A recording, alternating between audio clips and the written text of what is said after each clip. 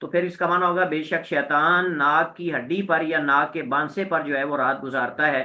تو یہ معنی ہے. اس حدیث کے اندر جو الفاظ استعمال ہوئے من منامی ہی، اپنی نیند سے. اب منام جو ہے یہ مطلقاً ہے، کوئی بھی نیند ہو، لیکن حدیث کے آخر نے یہ بتا دیا کہ یہاں رات کی نیند مراد ہے. یہ حکم رات کی نیند کے ساتھ خاص ہے، کیونکہ آخر میں ہے فَإِنَّ الشَّيْطَانَ، بے شک شیطان یبیتو رات گزارتا ہے. تو یہ یبیتو نے بتا دیا کہ من منامی ہی سے مراد رات کی نیند ہے. اور رات کی نیند کو غلبے کی بنیاد پہ ذکر کیا ہے، چونکہ غالباً رات کی نیند گہری ہوتی ہے اور زیادہ نیند رات کو ہی لوگ کرتے ہیں.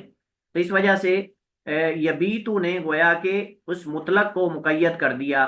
منام کوئی بھی نیند، لیکن جب یبیتو آ گیا تو یبیتو نے خاص کر دیا کہ یہاں مراد رات کی نیند ہے. اور رات کی نیند ہم نے کہا غلبے کی بنیاد پر اس کو ذکر کیا گیا ہے، چونکہ غالباً رات کی نیند گہری ہوتی ہے اور تادیر ہوتی ہے اور گہری ہوتی ہے، اور اس میں انسان کو جو ہے وہ شعور نہیں رہتا، اور شیطان زیادہ تر جو ہے وہ اس سے فرصت جو ہے وہ فائدہ اٹھاتا ہے اور فرصت سے، اور وہ مومن کو ذکر سے، اسی طرح جو ہے وہ قیام اللیل سے اور تلاوت قرآن سے اور فجر کی نماز سے غافل کرنے کے لیے وہ جو ہے وہ رات کو اس کے ناک کی ہڈی پر جو ہے وہ رات گزارتا ہے. ٹھیک ہے، تو یہ اس سے ہمیں پتہ چلا. اور فَلْيَسْتَنْثِرْ، یہ میں اس کی وضاحت کر چکا ہوں. ناک میں پانی کھینچنے کے بعد اس کو جھاڑنا. اور یبیتو کی وضاحت بھی ہو چکی. خیشوم مکمل ناک پر بھی بولا جاتا ہے، اور ناک کی اندر والی بلائی باریک ہڈی جو ہے جس کو ناک کا بانسا بھی کہتے ہیں اس پر بھی یہ بولا جاتا ہے. اس حدیث سے ہمیں ایک تو فائدہ یہ ملتا ہے کہ حدیث میں یہ فائدہ اخذ ہوا حدیث سے کہ نیند سے بیدار ہونے کے بعد 3 بار ناک جھاڑنے کا حکم یہ وجوب کے لیے ہے یا استحباب کے لیے ہے. اس میں اختلاف انشاءاللہ بعد میں آئے گا، لیکن اس سے کم از کم یہ ہے کہ نیند سے بیدار ہونے کے بعد 3 دفعہ ناک کو جھاڑنے کی مشروعیت کا بیان ہے. اور یہ ناک میں صاف ظاہر ہے کہ 3 دفعہ جھاڑنا پانی کھینچنے کے بعد ہی ہوگا، خشک ناک تو نہیں جھاڑیں گے.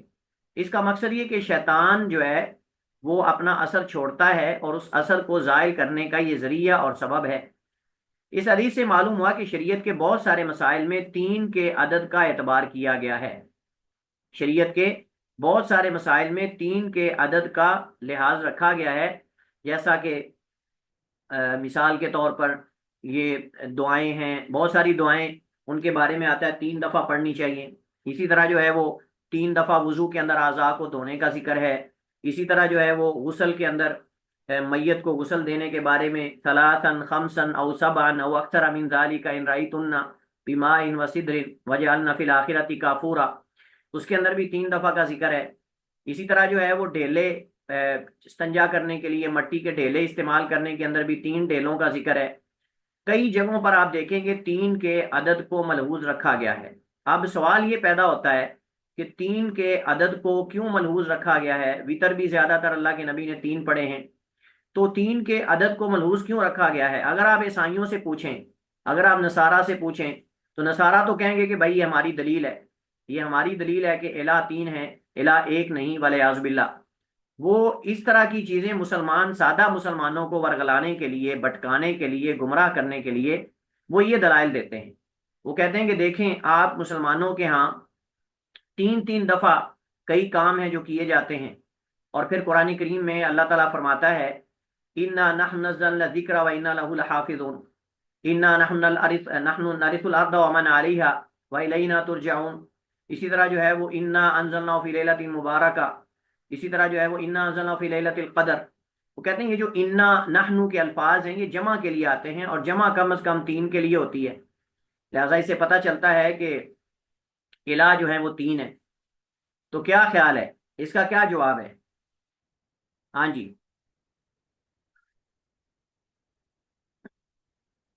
اس کا کیا جواب ہے فقہائے کرام؟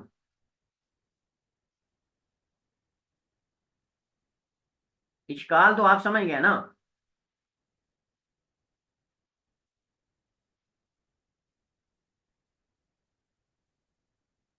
کیسی خاموشی ہے؟ خیر تو ہے؟ میری آواز سب کو آ رہی ہے؟ جی سر. لیکن اتنی خاموشی. لیکن سر ان کا جو کانسیپٹ ہے تین خدا کا، وہ اس پہ مطلب میچ کیسے کرتا ہے؟ وہ تو یہی اللہ پاک نے کافی اپنی جگہ پہ ہم والا ورڈ بھی یوز کیا ہے اپنے لیے قرآن پاک میں۔ یہی تو میں جواب پوچھنا چاہ رہا ہوں نا، کہ جمع، وہ کہتے ہیں جمع کے سیغے آئے ہیں قرآن میں، نحنو، انا، تو یہ جمع تین کے لیے ہوتا ہے.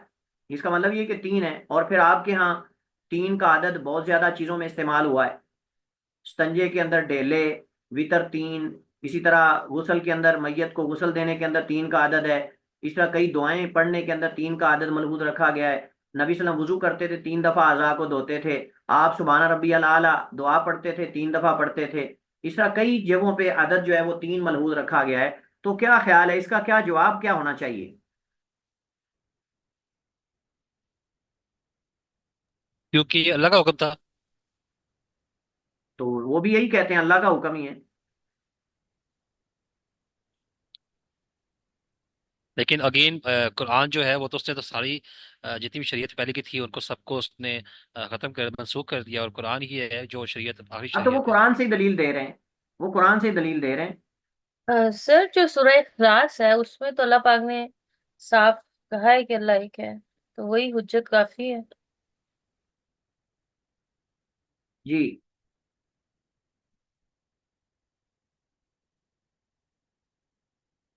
چلیے خیر، پہلی بات تو یہ ہے کہ ہم ان کو کہتے ہیں کہ تین الہوں کا تصور تمہاری کتابوں کے اندر بھی نہیں. پہلی بات تو یہ ہے، تین الہوں کا تصور تمہاری کتابوں کے اندر بھی کہیں نہیں ملتا. جو پہلی بات تو یہ کہ وہ کتابیں محرف ہیں.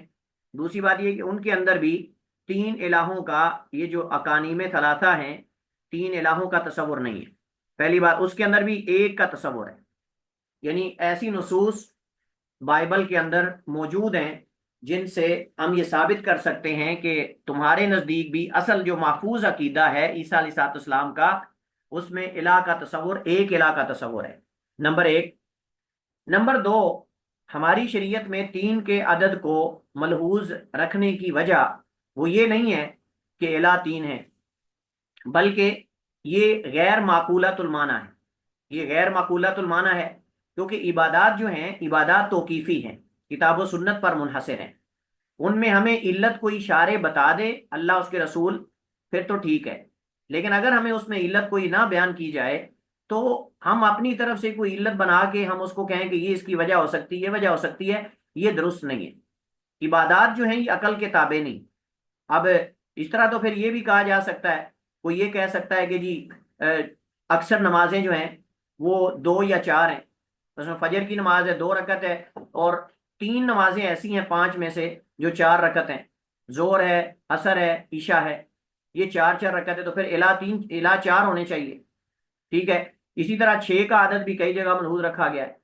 6 کے عدد کو کئی جگہ ملحوظ رکھا گیا ہے، کئی جگہ 7 کے عدد کو رکھا گیا ہے، اور کئی جگہ ایک کو ذکر کیا گیا ہے. تو وہ ایک پھر اس بات کی دلیل ہے نا کہ الہ ایک ہے. ٹھیک ہے. یہ دوسری وجہ ہے کہ عبادات جو ہیں وہ توقیفی ہیں. اس کے اندر ہم اپنی طرف سے کوئی ریزن اور وجہ نہیں تلاش کر سکتے کہ اچھا یہ ہے، یہ ہو سکتا ہے، یہ ہو سکتا ہے. ایسا نہیں ہے. ٹھیک ہے. اور اگر کوئی کرتا بھی ہے تو وہ حجت نہیں، وہ دلیل نہیں. تیسری بات یہ ہے کہ یہ جو نحن انا کے الفاظ ہیں یہ عربی زبان میں یعنی مفرد کے لیے جمع کا صیغہ بھی استعمال ہوتا ہے. جیسے ہم کہتے ہیں کہ ہم آپ کو یہ یعنی یہ کام دیں گے، یا ہم آپ کو یہ دعوت دیتے ہیں. بعض دفعہ ہم استعمال کر لیتے ہیں. عربی زبان میں تو یہ موجود ہے، نحنو کا جو صیغہ ہے وہ پایا جاتا ہے، موجود ہے عربی اسلوب کے اندر. اور چوتھی یا پانچویں بات یہ ہے کہ یہ متشابہات میں سے ہے، اور متشابہات وہ الفاظ ہیں قرآن کے جو ذو معنی ہوتے ہیں، اور جو ذو معنی الفاظ ہیں ان کو محکم کی طرف لوٹائیں گے، ان کو محکم کی طرف لوٹائیں گے. اور قرآن کریم کی جو محکم آیات ہیں وہ بتاتی ہیں کہ اللہ تعالیٰ ایک ہے، اس کا کوئی شریک نہیں، وحدہ لا شریک ہے. احادیث بھی بے شمار ہیں، قرآنی آیات بھی بے شمار ہیں. قرآنی آیات بھی بے شمار ہے. سورہ اخلاص سب سے اہم صورت ہے اس موضوع میں. یہ محکم آیت ہے، محکم صورت ہے. اس کے اندر تو اللہ تعالیٰ نے بغیر کسی شک و شبے کے قل واللہ احد اللہ الصمد لم یلد ولم یولد ولم یکن له کفوا احد.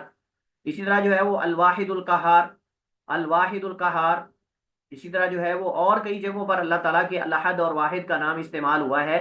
تو یہ ساری آیات اور یہ سارے مقامات یہ بتاتے ہیں کہ اللہ سبحانہ و تعالیٰ کی ذات ایک ہے۔ باقی عدد جو ہے، عدد 3 کیوں ہے، تو اس میں اللہ تعالیٰ جانتے ہیں کہ اس میں کیا حکمت ہے۔ جب ہمیں اس کے بارے میں نہیں بتایا گیا تو ہم اپنی طرف سے یہ نہیں کہہ سکتے کہ الہ 3 ہے۔ اور تیسری بات یہ ہے، یا چھٹی بات آپ کہہ سکتے ہیں، وہ یہ ہے کہ الہ اگر 3 ہوتے، اگر الہ 3 ہوتے جیسے تم کہتے ہو، تو پھر دنیا جو ہے اس کا نظام درم برم ہو جاتا، ان کا دنیا کا نظام درم برم ہو جاتا، وہ کبھی نہ منظم رہتا۔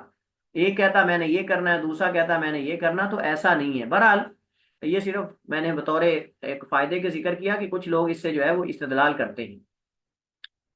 حدیث میں رسول کریم علیہ الصلوۃ والسلام کے حسن تعلیم کا ذکر ہے کہ اللہ کے نبی علیہ الصلوۃ والسلام جو ہے وہ حکم ذکر کرنے کے ساتھ ساتھ بعض دفعہ اس کی ریزن، اس کی وجہ اور حکمت بھی ذکر کر دیتے تھے، علت بھی ذکر کر دیتے تھے، جیسے آپ نے یہاں اس حدیث کے اندر جو ہے وہ علت اور وجہ ذکر کر دی تاکہ عمل کرنے والے میں نشاط اور چستی پیدا ہو اور اس کو پتا ہو کہ میں کیوں کر رہا ہوں۔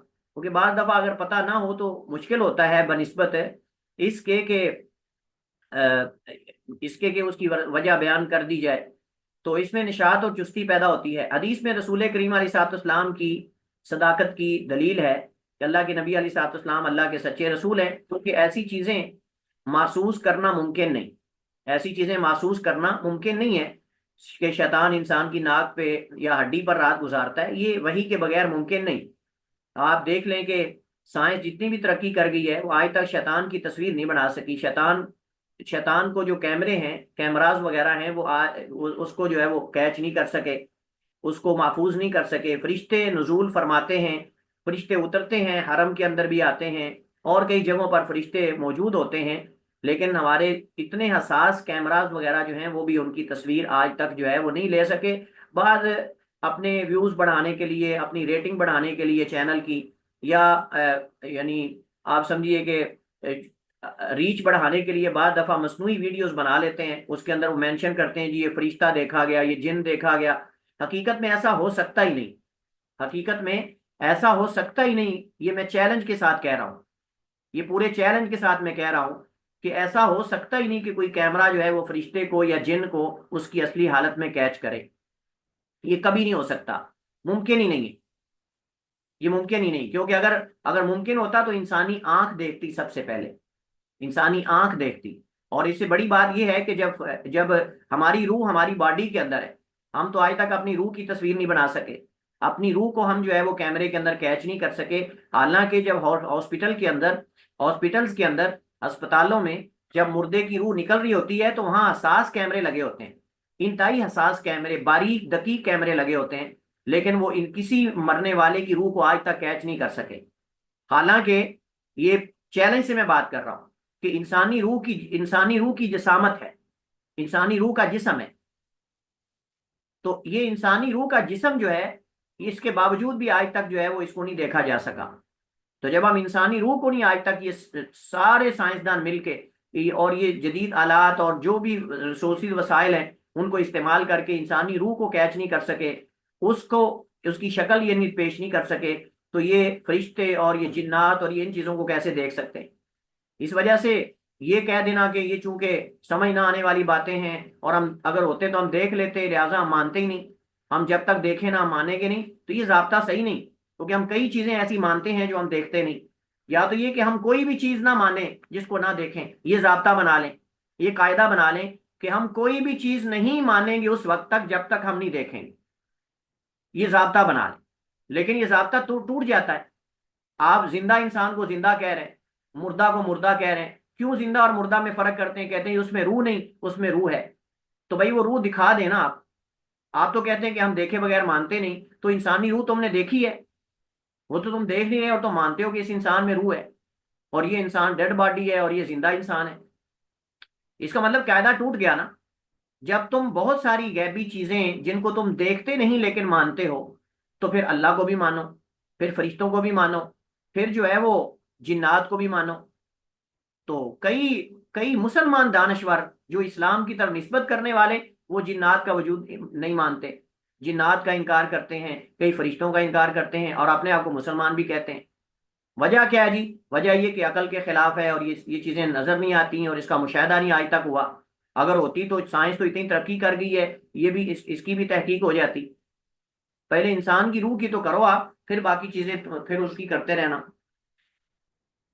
چلیے، تو کیا حدیث میں ناک جاڑنے کا حکم رات کی نیند کے ساتھ خاص ہے یا اس کے علاوہ بھی ہے؟ تو جمہور علماء کہتے ہیں کہ یہ حکم عام ہے، بعض اہل علم کا موقف یہ ہے کہ یہ حکم عام ہے، کیونکہ حدیث میں بھی منامی ہی۔ بعض کہتے ہیں کہ نہیں، یہ رات کی نیند کے ساتھ خاص ہے، ناک جاڑنے کا حکم صرف ناک کے رات کی نیند کے ساتھ خاص ہے، ٹھیک ہے۔ اور راجح کیا ہے؟ راجح یہی ہے کہ حکم رات کی نیند کے ساتھ خاص ہے، لیکن احتیاط اسی میں ہے کہ ہر نیند کے بعد انسان جو ہے وہ جب وضو کرے تو ناک جاڑے۔ یہی اصل میں، وضو تو جب بھی کریں گے تو ناک جاڑنا واجب ہے، لیکن اگر وہ کسی بھی نیند سے بیدار ہوتا ہے تو نیند اپنی ناک جاڑ لیتا ہے تو سستی ختم ہو جاتی ہے۔ یہ تجربہ آپ کر کے دیکھیں، اگر نیند نہ جاری ہو، جس بندے کی نیند نہ جاری ہو، اس کی ناک پہ جو ہے وہ 2-3 دفعہ ایسے کر کے انگلی ماریں، اس کی ناک پہ انگلی ماریں، اپنی پہ ماریں، دوسرے پہ، لیکن دیکھ لیں کہ وہ برداشت کر لے۔ یہ نہ ہو کہ آپ اس کی ناک پہ انگلی ماریں اور وہ بندہ آپ کے جو ہے وہ گلے پڑ جائے، لڑائی شروع کر دے، ایسا نہیں۔ لیکن بہرحال یہ چیز ہے کہ اگر انسان کی نیند اس پہ غالب ہے تو ناک پہ اگر وہ تین دفعہ ایسے انگلی مارتا ہے، یا انگلی مارنے سے بھی ہو جاتا ہے، ایک تو ہے ناک کو پانی سے جھاڑنا، اور ایک ہے ویسے انگلی مارنے سے بھی اس کا فائدہ ہوتا ہے۔ تو بہرحال لیکن اب سوال یہ پیدا ہوتا ہے کہ جو بندہ رات کو سوتا ہی نہیں، اس کی نائٹ ڈیوٹی ہے، وہ نائٹ یعنی رات کو ڈیوٹی کرتا ہے، تو وہ کیا کرے گا؟ کیا حکم اس کے لیے دن کو ہوگا؟ تو صاحب ظاہر ہے اس کے لیے دن کو حکم ہوگا، کیونکہ وہ دن کو گہری نیند سوئے گا جو رات کو نہیں سوتا۔ جو رات کو نہیں سوتا وہ دن اس کا حکم دن کی نیند کا رات کا ہوگا۔ لیکن جو رات کو سوتے ہیں صاحب ظاہر ہے ان کی نیند دن کی جو ہے وہ اتنی زیادہ گہری نہیں ہوتی بنسبت رات کی نیند کے۔ اور واللہ عالم، ہو سکتا ہے کہ یہ حکم خاص ہو رات کی نیند کے ساتھ شیطان کے ناک پر بیٹھنے والا یا رات گزارنے والا، کیونکہ شیطان کے بارے میں آ رہا ہے رات گزارتا ہے، تو پھر اس کا مطلب وہ رات کو یہ حکم ہے۔ دن کو تو استحباب کے لیے کہ آپ چاہیں تو کر لیں، چاہیں تو نہ کریں، لیکن اصل حکم یہ رات کے لیے ہی ہے، واللہ عالم، راجے یہی ہے۔ کیا یہ حکم وجوب پہ دلالت کرتا ہے یا استحباب پر؟ جمہور فقہا کے ہاں یہ مستحب ہے، امام احمد اور ابن حزم ظاہری کے ہاں وجوب کے لیے ہے، لیکن راجی یہ ہے کہ یہ رات کی نیند سے بیدار ہونے والے کے لیے واجب ہے، کیونکہ حدیث میں اس میں امر دیا گیا، اور امر اس وقت تک جو ہے وہ واجب سے نہیں پھیرا جاتا جب تک کوئی کرینہ نہ ہو۔ لیکن سوال یہ پیدا ہوتا ہے کہ یہ وضو کے ساتھ خاص ہے یا عام ہے؟ تو بعض حدیث کے اندر وضو کے ساتھ خاص کیا گیا ہے، جیسا کہ بخاری میں ہے، اذا استيقظ احدكم من منامه فتوضا فليستنثر ثلاثا، جب تم میں سے کوئی اپنی نیند سے بیدار ہو اور وضو کرے تو اپنی ناک کو 3 دفعہ جاڑے، اپنی ناک کو 3 دفعہ جاڑے۔ تو اس وجہ سے علماء کے درمیان جو ہے وہ اختلاف ہوا کہ کیا یہ حکم جو ہے یہ وضو کے ساتھ خاص ہے یا پھر یہ وضو کے علاوہ ہے، وضو کے علاوہ ہے۔ تو ہم یہ کہہ سکتے ہیں، دونوں اقوال کو جمع کرنے کے لیے ہم یہ کہہ سکتے ہیں، اگر انسان وضو کرے گا تو پھر بھی واجب ہے، اور اگر وضو نہیں کرتا تو پھر یعنی اگر ہم استحباب والے قول کو بھی لے لیں تو کوئی حرج نہیں، اگر استحباب والے قول کو بھی لے لیں تو کوئی حرج نہیں۔ وضو کے اندر تو کلی کرنا، ناک میں پانی چڑھا کر اس کو جھاڑنا واجب ہے۔ وضو کے اندر تو اور بھی دلائل ہیں، وضو کے اندر تو اور بھی دلائل ہیں، لیکن نیند سے بیدار ہونے کے بارے میں علماء میں اختلاف موجود ہے۔ تو ہم کہتے ہیں کہ افضل اور اولا یہی ہے کہ انسان جو ہے وہ ناک جاڑے، لیکن اگر کوئی نہیں جاڑتا تو انشاءاللہ گناہ گار نہیں ہوگا، واللہ عالم۔ اس کے بعد ہمارے پاس اگلی حدیث ہے، اور اس حدیث کا موضوع ہے کہ نیند سے بیدار ہونے کے بعد 3 دفعہ ہاتھ دھونا برتن میں داخل کرنے سے پہلے، ہاتھ کو برتن میں داخل کرنے سے پہلے 3 دفعہ جو ہے وہ ہاتھ کو دھونا، یہ اس کا حکم وجوب کا ہے یا استحباب کا، یہ اس پہ ہم بعد میں بات کرتے ہیں، لیکن پہلے حدیث کا موضوع یہی ہے۔ حضرت ابو ہریرہ سے روایت ہے، اذا استيقظ احدكم من نومه فلا يغمس يده في الاناء حتى يغسلها 3 فانه لا يدري اين باتت يده، متفق علیہ، وهذا لفظ مسلم۔ حضرت ابو ہریرہ سے روایت ہے کہ اللہ کے نبی نے فرمایا، اذا استيقظ احدكم، جب بیدار ہو تم میں سے کوئی ایک، من نومه، اپنی نیند سے، فلا یغمس، یہ غمسا یغمسو جس کا معنی ہوتا ہے ڈبونا، داخل کرنا، فلا یغمس، اور یہ لا ناہیہ ہے، اس وجہ سے مضارع مجزوم ہے، تو جب یہ مضارع پر داخل ہوتا ہے تو جزم دیتا ہے. فلا یغمس، تو نہ ڈبوئے نہ داخل کرے یدہ اپنے ہاتھ کو، فی الاناء برتن میں. اور اسی وجہ سے جھوٹی قسم کو یمین غموس کہتے ہیں. جھوٹی قسم کو یمین غموس کہتے ہیں کیونکہ وہ قسم اٹھانے والے کو ہلاک کر دیتی ہے، ڈبو دیتی ہے، جہنم میں وارد کر دیتی ہے. فلا یغمس یدہ، نہ داخل کرے اپنے ہاتھ کو، فی الاناء برتن میں، حتی یغسلھا ثلاثا، حتیٰ کہ اسے دھو لے 3 دفعہ. فإنہ لا یدری، پس بے شک وہ نہیں جانتا. درا یدری کا معنی ہوتا ہے جاننا، اور لا کا معنی نہیں، پس بے شک وہ نہیں جانتا. اینا کہاں، باتت رات گزاری، یدہ اس کے ہاتھ نے. انسانی جسم کے جتنے پارٹس ڈبل ہیں، انسانی جسم کے جتنے پارٹس ڈبل ہیں، اسے ان کو مؤنث کے ساتھ پڑھا جاتا ہے، یعنی ان کے ساتھ مؤنث کی ضمیر آتی ہے. جیسے باتت، تو چونکہ ید جو ہے 2 ہاتھ ہوتے ہیں، اس وجہ سے ہم کہیں گے ہادی ہی یدی. ہادہ یدی نہیں کہیں گے، ہادی ہی یدی کہیں گے، کیونکہ یہ مؤنث استعمال ہوتے ہیں. تو اس میں اشارہ مؤنث والا جو ہے وہ اس کے ساتھ آئے گا. تو یہاں ضمیر باتت اس وجہ سے آ رہی ہے چونکہ یہ مؤنث ہے ید. تو ید چونکہ 2 اس طرح رجل، آپ کہیں گے ہادی ہی رجلی، ہادہ رجل نہیں کہیں گے، ہادی ہی رجلی، ہادی ہی یدی. ہادہ یدی نہیں کہیں گے، نہ ہادہ رجلی کہیں گے، ہادی ہی رجلی و ہادی ہی یدی، یہ آپ کہیں گے. اسی طرح فإنہ لا یدری، بے شک وہ نہیں جانتا، اینا کہاں، باتت، یہ بات یبیتو سے ہے جس کا معنی ہوتا ہے رات گزارنا. کہاں رات گزاری، یدو اس کے ہاتھ نے، یہ باتا کا فاعل ہے یدو، اس وجہ سے اوپر پیش ہے. حدیث متفق علیہ ہے. تو حدیث کے الفاظ تقریباً وہی پچھلی حدیث والے ہیں، بس اس میں فلا یغمس یدہ فی الاناء یہ الفاظ جو ہیں وہ زائد ہیں. باقی اذا استیقظ من نومہ، پچھلی میں من منامی. تو یہ بھی اسی طرح اختلاف ہے کہ کیا یہ حکم رات کی نیند کے ساتھ خاص ہے یا دن کی نیند کے ساتھ بھی عام ہے. تو بعض علماء کہتے ہیں رات کی نیند کے ساتھ خاص ہے، بعض کہتے ہیں دن کی نیند کے ساتھ. خلاصہ یہ ہے کہ رات کی نیند کے ساتھ تو حکم ہے ہی ہے. اگر صبح کی نیند گہری آدمی سوئے تو اس کے اندر بھی جو ہے وہ 3 صورتیں ہیں. 3 صورتیں ہیں یہ اس مسئلے کو سمجھنے کے لیے. 3 صورتیں کون سی ہیں؟ پہلی صورت یہ ہے کہ آپ کو آپ کے ہاتھ کا پاک ہونے کا یقین ہے. آپ کو اپنے ہاتھ کے پاک ہونے کا یقین ہے کہ آپ کا ہاتھ کہیں شرمگاہ کو یا کہیں نہیں لگا نیند کی حالت میں، تو پھر آپ برتن میں اس کو داخل کر سکتے ہیں، لیکن دھونا مستحب ہے. اگر آپ کو اپنے ہاتھ کے پاک ہونے کا یقین ہے پھر برتن میں داخل کرنے سے پہلے دھونا مستحب ہے، مستحب ہے. لیکن اگر کوئی داخل کر دے گا تو یہ گناہ نہیں. نمبر 2، آپ کو آپ کے ہاتھ کا یعنی پاک ہونے کا شک ہے، پاک ہے یا نجس ہے، کہیں لگا ہے نہیں لگا. تو اس صورت میں ہاتھ دھو کر برتن میں داخل کرنا سنت مؤکدہ ہے، سنت مؤکدہ ہے. کیونکہ یقین تو نہیں نا کہ آپ کا ہاتھ نجس ہے. جب یقین نہیں تو وجوب ثابت نہیں ہوگا، جب یقین نہیں تو وجوب ثابت نہیں ہوگا. جب یقین ہوگا کہ آپ کا ہاتھ نجس ہے تو پھر ہاتھ دھو کر برتن میں داخل کرنا واجب ہے. تو 3 صورتیں ہو گئیں، یا تو ہاتھ کے پاک ہونے کا یقین ہے یا ہاتھ کے نجس ہونے کا یقین ہے. اگر ہاتھ کے پاک ہونے کا یقین ہے تو پھر برتن میں داخل کرنے سے پہلے دھونا سنت ہے لیکن لازم نہیں اور مؤکد بھی نہیں. لیکن اگر آپ کو ہاتھ کے پاک ہونے یا نہ ہونے کا شک ہے تو پھر دھو کر برتن میں داخل کرنا سنت مؤکدہ ہے لیکن واجب نہیں کیونکہ شک ہے. اگر آپ کے ہاتھ کے نجس ہونے کا آپ کو یقین ہے کہ کہیں شرمگاہ کو لگا ہے اور آپ کو یقین ہے کہ لگا ہے، تو اس صورت میں برتن میں دھونے کے بغیر داخل کرنا حرام ہے، جائز نہیں. کیونکہ اس پہ جراثیم لگے ہیں اور وہ جراثیم جب آپ برتن میں داخل کریں گے تو وہ پانی کے اندر جائیں گے اور وہ پانی ہو سکتا ہے آپ کو پینا پڑے. چلیں پینا نہیں بھی تو کلی تو کرنی ہے نا، اس سے کلی کریں گے تو پانی تو منہ میں جائے گا صاف ظاہر ہے.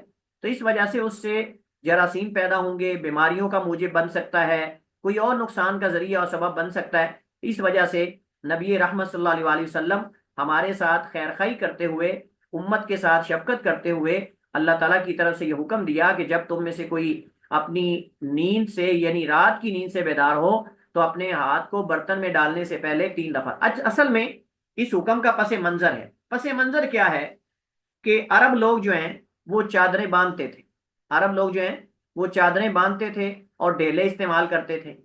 پانی کا استعمال بہت کم تھا، وجہ یہ ہے کہ پانی ملتا نہیں تھا. زیادہ تر ڈیلے مٹی وغیرہ استعمال کرتے تھے، پانی دور دور سے بھر کے لانا پڑتا تھا.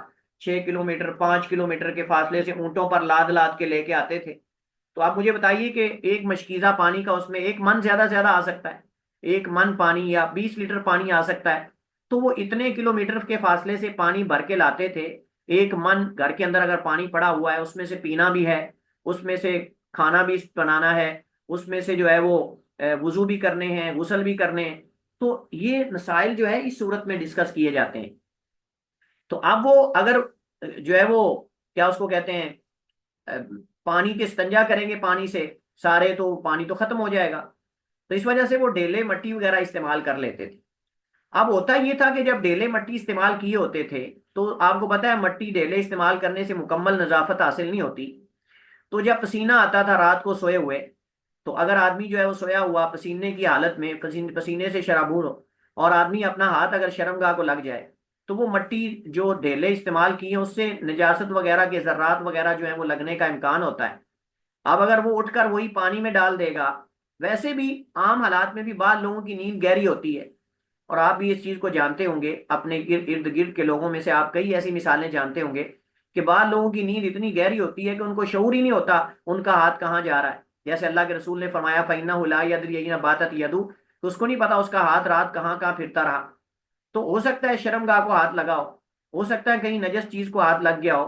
تو وہ اگر ہاتھ برتن میں ڈالے گا تو ایک تو پانی نجس ہونے کا امکان ہے اگر بالکل پانی تھوڑا ہے، اور دوسرا یہ امکان ہے کہ اس سے جراثیم پانی میں پیدا ہو جائیں اور وہ بیماریوں کا موجب بنے. تو اس وجہ سے اللہ کے رسول علیہ الصلوۃ والسلام نے ہاتھ دھو کر برتن میں داخل کرنے کا حکم دیا ہے. اچھا، اس سے یہ پتا چلتا ہے کہ فرمایا کہ فلا یغمس یدہ فی الاناء، انا برتن کو کہتے ہیں. اس سے پتا چلتا ہے کہ اگر کوئی نہر ہے، اگر کوئی حوض ہے، اگر کوئی تالاب ہے، تو اس کے اندر یہ حکم نہیں، اس کے اندر یہ حکم نہیں ہے کہ ہم ہاتھ دھو کر اس میں داخل کریں، کیونکہ حوض اور تالاب اور نہر یہ پانی کثیر تعداد میں ہے، یہ مائع کثیر ہے، بہت زیادہ پانی ہے. اس میں معمولی ہاتھ میں اگر کچھ چیز لگی بھی ہے تو اس پانی کو نجس نہیں کرے گی. ٹھیک ہے، یہاں انا کو اس وجہ سے استعمال کیا کہ انا برتن چھوٹا ہوتا ہے، اس کے اندر پانی جو ہاتھ پہ چیز لگی ہے وہ اس پہ اثر انداز ہو سکتی ہے، وہ اس پر اثر انداز ہو سکتی ہے. اس وجہ سے فل انا برتن میں، اس کا مطلب اگر برتن نہیں، نہر ہے، حوض ہے، تالاب ہے یا کوئی اور چیز ہے، تو اس کے اندر جو ہے وہ آپ دھوئے بغیر بھی ہاتھ داخل کر سکتے ہیں. ٹھیک ہے. تو اب اگلا مسئلہ یہ ہے کہ یہ رات کی نیند کے ساتھ خاص ہے یا صبح. تو ہم کہیں گے کہ رات کی نیند کے ساتھ تو حکم لازم ہے، لیکن اگر صبح کی نیند کے اندر بھی گہری نیند ہوگی تو اس کے اندر بھی یہی تینوں حکم جو میں نے بتائے ہیں تفصیل کے ساتھ، یہ تینوں اپلائی ہوں گے. اگر اس کو شک ہے تو پھر جو ہے وہ آپ سمجھیں کہ سنت مؤکدہ ہے. اگر اس کو یقین ہے کہ اس کا ہاتھ پاک ہے پھر سنت ہے ہاتھ دھو کر داخل کرنا، اور اگر اس کو یقین ہے کہ اس کا ہاتھ نجس ہے تو پھر واجب ہے کہ ہاتھ دھو کر جو ہے وہ داخل کرے، بصورت دیگر وہ داخل نہ کرے. ٹھیک ہے، باقی تفصیل یہاں موجود ہے انشاءاللہ، اس کو آپ بعد میں دیکھ سکتے ہیں. تو حدیث میں نیند سے بیدار ہونے کے بعد ہاتھ کو پانی کے برتن میں داخل کرنے کی ممانعت کا بیان ہے، حتیٰ کہ اسے 3 بار دھو لیا جائے. اور یہ حکم صرف نیند کے ساتھ خاص ہے، صرف نیند کے ساتھ خاص ہے، وگرنہ اگر آدمی سویا نہ ہو اور اسے یقین ہو کہ اس کا ہاتھ پاک ہے تو اسے پانی میں داخل کر سکتا ہے. حدیث میں اس حکم کی طرف بھی اشارہ ہے کہ جسے مکمل ہاتھ پانی میں داخل نہیں کر سکتا، جیسے مکمل ہاتھ پانی میں داخل نہیں کر سکتا ویسے ہاتھ کا بعض حصہ بھی داخل نہیں کر سکتا، کیونکہ کبھی جز بول کر کل مراد ہوتا ہے، کبھی کل بول کر جز مراد ہوتا ہے. یعنی اس کا مطلب یہ نہیں کہ انگلیاں داخل کر لے، نہیں، انگلیاں بھی داخل نہیں کر سکتا، کیونکہ ید کا اطلاق جز پر بھی ہے. جیسے قرآن کریم میں اللہ تعالیٰ فرماتا ہے نا یجعلون اصابعهم فی آذانہم من الصواعق حذر الموت، وہ اپنی انگلیاں اپنے کانوں میں لے لیتے ہیں. آپ میں سے کوئی ایسا ہے جس کے کان میں ساری انگلی چلی جاتی ہو؟ ہاں جی، کوئی ایسا ہے جس کے کان میں نہیں ساری انگلی چلی جاتی ہو؟ نہیں سر. کوئی نہیں نا. اس کا مطلب یہ ہے نہیں کہ انگلی کا پورا ہی جاتا ہے نا، ایک پورا اس کا جاتا ہے جس کو انمل کہتے ہیں، انامل اور انمل. اس کا مطلب یہ کہ اللہ نے قرآن میں کہا یجعلون اصابعہم، اپنی انگلیاں لے لیتے ہیں. تو انگلیوں سے مراد پوری انگلیاں نہیں، انگلی کا جز ہے، انگلی کا جز. اس سے یہ پتا چلا کہ جب ہاتھ برتن میں داخل کرنے سے روکا گیا ہے تو ہاتھ سے مراد کوئی بندہ یہ کہے کہ نہیں جی پورا ہاتھ ڈالنا منع ہے لیکن انگلی اگر برتن میں داخل کر لیں تو جائز ہے، نہیں، انگلی بھی اس میں شامل ہے. جز کل بول کر جز مراد ہوتا ہے بعض دفعہ، جیسے بعض حدیث کے اندر آگے کتاب الصلاح میں آپ پڑھیں گے تو اس کے اندر سجدے کا اطلاق رکعت پر ہے اور رکوع کا اطلاق بھی رکعت پر ہے. کبھی سجدہ بول کر رکعت مراد ہوتی ہے، اور کبھی رکعت بول کے سجدہ مراد ہوتا ہے، اور کبھی رکوع بول کر رکوع مراد ہوتا ہے، اور کبھی رکوع بول کر رکعت مراد ہوتی ہے۔ یہ عام ہے احادیث کے اندر اس کا استعمال۔ حدیث سے یہ فائدہ بھی اخذ ہوتا ہے کہ جس چیز کے نجس یعنی ناپاک ہونے کا شبہ ہو اسے پاک کرنا واجب ہے، کیونکہ حدیث میں فَإِنَّهُ لَا يَدْرِي أَيْنَ بَاتَتْ يَدُهُ، یہ آپ سمجھیں کہ اس وجہ سے حکم ہے کیونکہ وہ نہیں جانتا کہ اس کا ہاتھ رات کو کہاں گزرتا ہے، یہ شک ہے نا۔ اس حدیث سے بعض علماء نے یہ مسئلہ اخذ کیا ہے کہ اگر آدمی کے ہاتھوں پر دستانے یا کوئی حاجز یعنی رکاوٹ ہو تو انہیں دھونا واجب نہیں، کیونکہ ان کے پاک ہونے کا یقین ہے اسے، کیونکہ حدیث میں لا یدری، اور اگر یدری ہو، اسے اگر پتا ہو کہ ہاتھ پاک ہیں تو پھر واجب نہیں۔ ہاں اگر دھوتا ہے تو اچھی بات ہے، لیکن لازم نہیں۔ اس وجہ سے میں نے پہلے 3 صورتیں آپ کو بتائی ہیں، وہ تینوں صورتیں حدیث سے اخذ ہوتی ہیں۔ حدیث میں ایک فائدہ یہ بھی ہے کہ عبادات اور معاملات میں احتیاط برتنی چاہیے، خصوصاً جب کسی چیز سے نقصان کا خطرہ ہو۔ جب کسی چیز سے نقصان کا خطرہ یہ کہ آپ اگر ہاتھ برتن میں ڈالیں گے تو اس سے پانی کے نجس ہونے کا اور پھر جراثیم پیدا ہونے کا امکان ہے۔ یہاں بھی وہی اختلاف ہے جو پہلے ہم نے ذکر کیا کہ ہاتھ دھونے واجب ہیں یا سنت ہیں، ہاتھ دھونے واجب ہیں یا سنت ہیں برتن میں داخل کرنے سے پہلے۔ اس کا خلاصہ میں نے پہلے آپ کو بتا دیا ہے کہ 3 صورتیں ہیں۔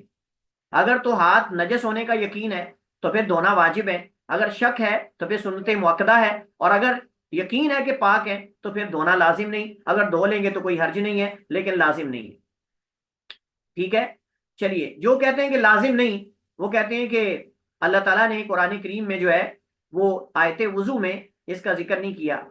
یا ایھا الذین آمنوا اذا قمتم الی الصلاۃ فاغسلوا وجوہکم وایدیکم الی المرافق، یہاں اللہ تعالیٰ نے جو ہے وہ آیت وضو میں اس کا ذکر نہیں کیا۔ ٹھیک ہے، اچھا جی، اور دوسری بات یہ کہ انہ لا یدری این باتت یدو، وہ نہیں جانتا کہ اس کا ہاتھ رات کو کہاں کہاں پھرتا رہا۔ یہ شک ہے نا، اور شک سے یقین زائل نہیں ہوتا جب تک یقین کی مثل یقین نہ آ جائے۔ آپ یقین کو نہ چھوڑیں خالی شک کی وجہ سے۔ چلیے، واللہ عالم، راجح وہی جو پہلے میں نے بتا دیا کہ اس کی 3 صورتیں ہیں اور ان کے مطابق ہم حکم کو لیں گے۔ اس کے بعد ہمارے پاس اگلی حدیث ہے، حدیث نمبر یہ آپ سمجھیں کہ 39 ہے، حدیث نمبر 39 ہے، وہ پیچھے نمبرنگ میں میرے خیال مسئلہ آ رہا ہے کچھ، تو یہ 39 نمبر حدیث ہے لقیط بن صبرہ رضی اللہ تعالی عنہ سے۔ وعن لقیط بن صبرہ رضی اللہ تعالی عنہ قال قال رسول اللہ صلی اللہ علیہ وسلم اسبغ الوضوء وخلل بین الاصابع وبالغ في الاستنشاق الا ان تكون صائما، اخرجه الاربعة وصححه ابن خزیمہ ولأبی داود فی روایت اذا توضأت فمضمض، اذا توضأت فمضمض۔ اس میں جو لقیط بن صبرہ ہیں رضی اللہ تعالیٰ عنہ، یہ ان کا پورا نام ہے لقیط بن صبرہ بن عبداللہ ابن المنتفق، ابو رزین ان کی کنیت ہے، اور حضرت لقیط بن صبرہ کا شمار مشہور صحابہ کرام میں ہوتا ہے، اور ان کا تعلق طائف سے ہے۔ آپ سے آپ کے بیٹے عاصم اور عبداللہ بن عمر رضی اللہ تعالی عنہما نے روایات وغیرہ لی ہیں، احادیث روایت کی ہیں، اور ان کے بارے میں اتنا ہی تعارف موجود ہے۔ یہ جو حدیث ہے، اس حدیث کو امام ابو داود، ترمذی، نسائی، ابن ماجہ اور ابن خزیمہ نے روایت کیا ہے۔ یہ نیچے حدیث کی نمبرنگ موجود ہے۔ آپ میں سے بہت سارے لوگ اور کئی ایک لوگ اور اکثر لوگ یہ سوال کر رہے تھے کہ جی حدیث کی تخریج سے کیا مراد ہے، حدیث کی تخریج سے کیا مراد ہے؟ تو یہ تخریج ہے حدیث کی۔ اس حدیث کو ابو داؤد، ترمذی، نسائی، ابن ماجہ، ابن خزیمہ وغیرہ نے روایت کیا ہے۔ ترمذی میں، سنن ابی داؤد میں حدیث نمبر یہ ہے، ترمذی میں حدیث نمبر یہ ہے، نسائی میں حدیث نمبر یہ ہے، ابن ماجہ میں یہ ہے، ابن خزیمہ میں یہ ہے۔ اس کو کہتے ہیں تخریج۔ اس کو کیا کہتے ہیں جی؟ تخریج۔ ہاں جی، اس کو کہتے ہیں تخریج، جو آپ نے کرنی ہے، جو آپ نے کرنی ہے۔ لیکن اگر حدیث سیاستہ میں ہے تو اسی میں تخریج کافی ہے، صرف سیاستہ کی تخریج۔ اگر صحیحین میں ہے تو صحیحین کا حوالہ دیں بس، اگر بخاری مسلم میں ہے تو کافی ہے، بخاری کی لکھیں بخاری، آگے حدیث نمبر، مسلم حدیث نمبر، بس یہ تخریج ہے۔ اور اگر بخاری مسلم میں نہیں بلکہ دیگر کتب ستہ میں جو باقی کتابیں ہیں 4، ان میں ہے، ابو داؤد میں، ترمذی، نسائی، ابن ماجہ وغیرہ میں، تو پھر اس طرح جیسے لکھا ہوا ہے نا، آپ کہیں سنن ابی داؤد حدیث نمبر فلاں، ترمذی حدیث نمبر فلاں، نسائی حدیث نمبر فلاں، ابن ماجہ، جس میں ہے۔ اور یہ کہاں سے پتہ چلے گا؟ یہ جو بلوغ المرام کی کتابیں ہیں اس کے نیچے حاشیے میں باقاعدہ ہر حدیث کی تخریج دی ہوتی ہے. بلوغ المرام کے حاشیے میں ہر حدیث کی تخریج دی ہوتی ہے، ہر حدیث کی تخریج موجود ہے. جو بھی کتاب آپ کے پاس بلوغ المرام ہے اس میں آپ دیکھیں گے یا تو حدیث کے آخر میں یا حدیث کے نیچے حاشیے میں آپ کو اس کی تخریج مل جائے گی. ٹھیک ہے جی، کلیئر ہے، اشکال دور ہو گیا.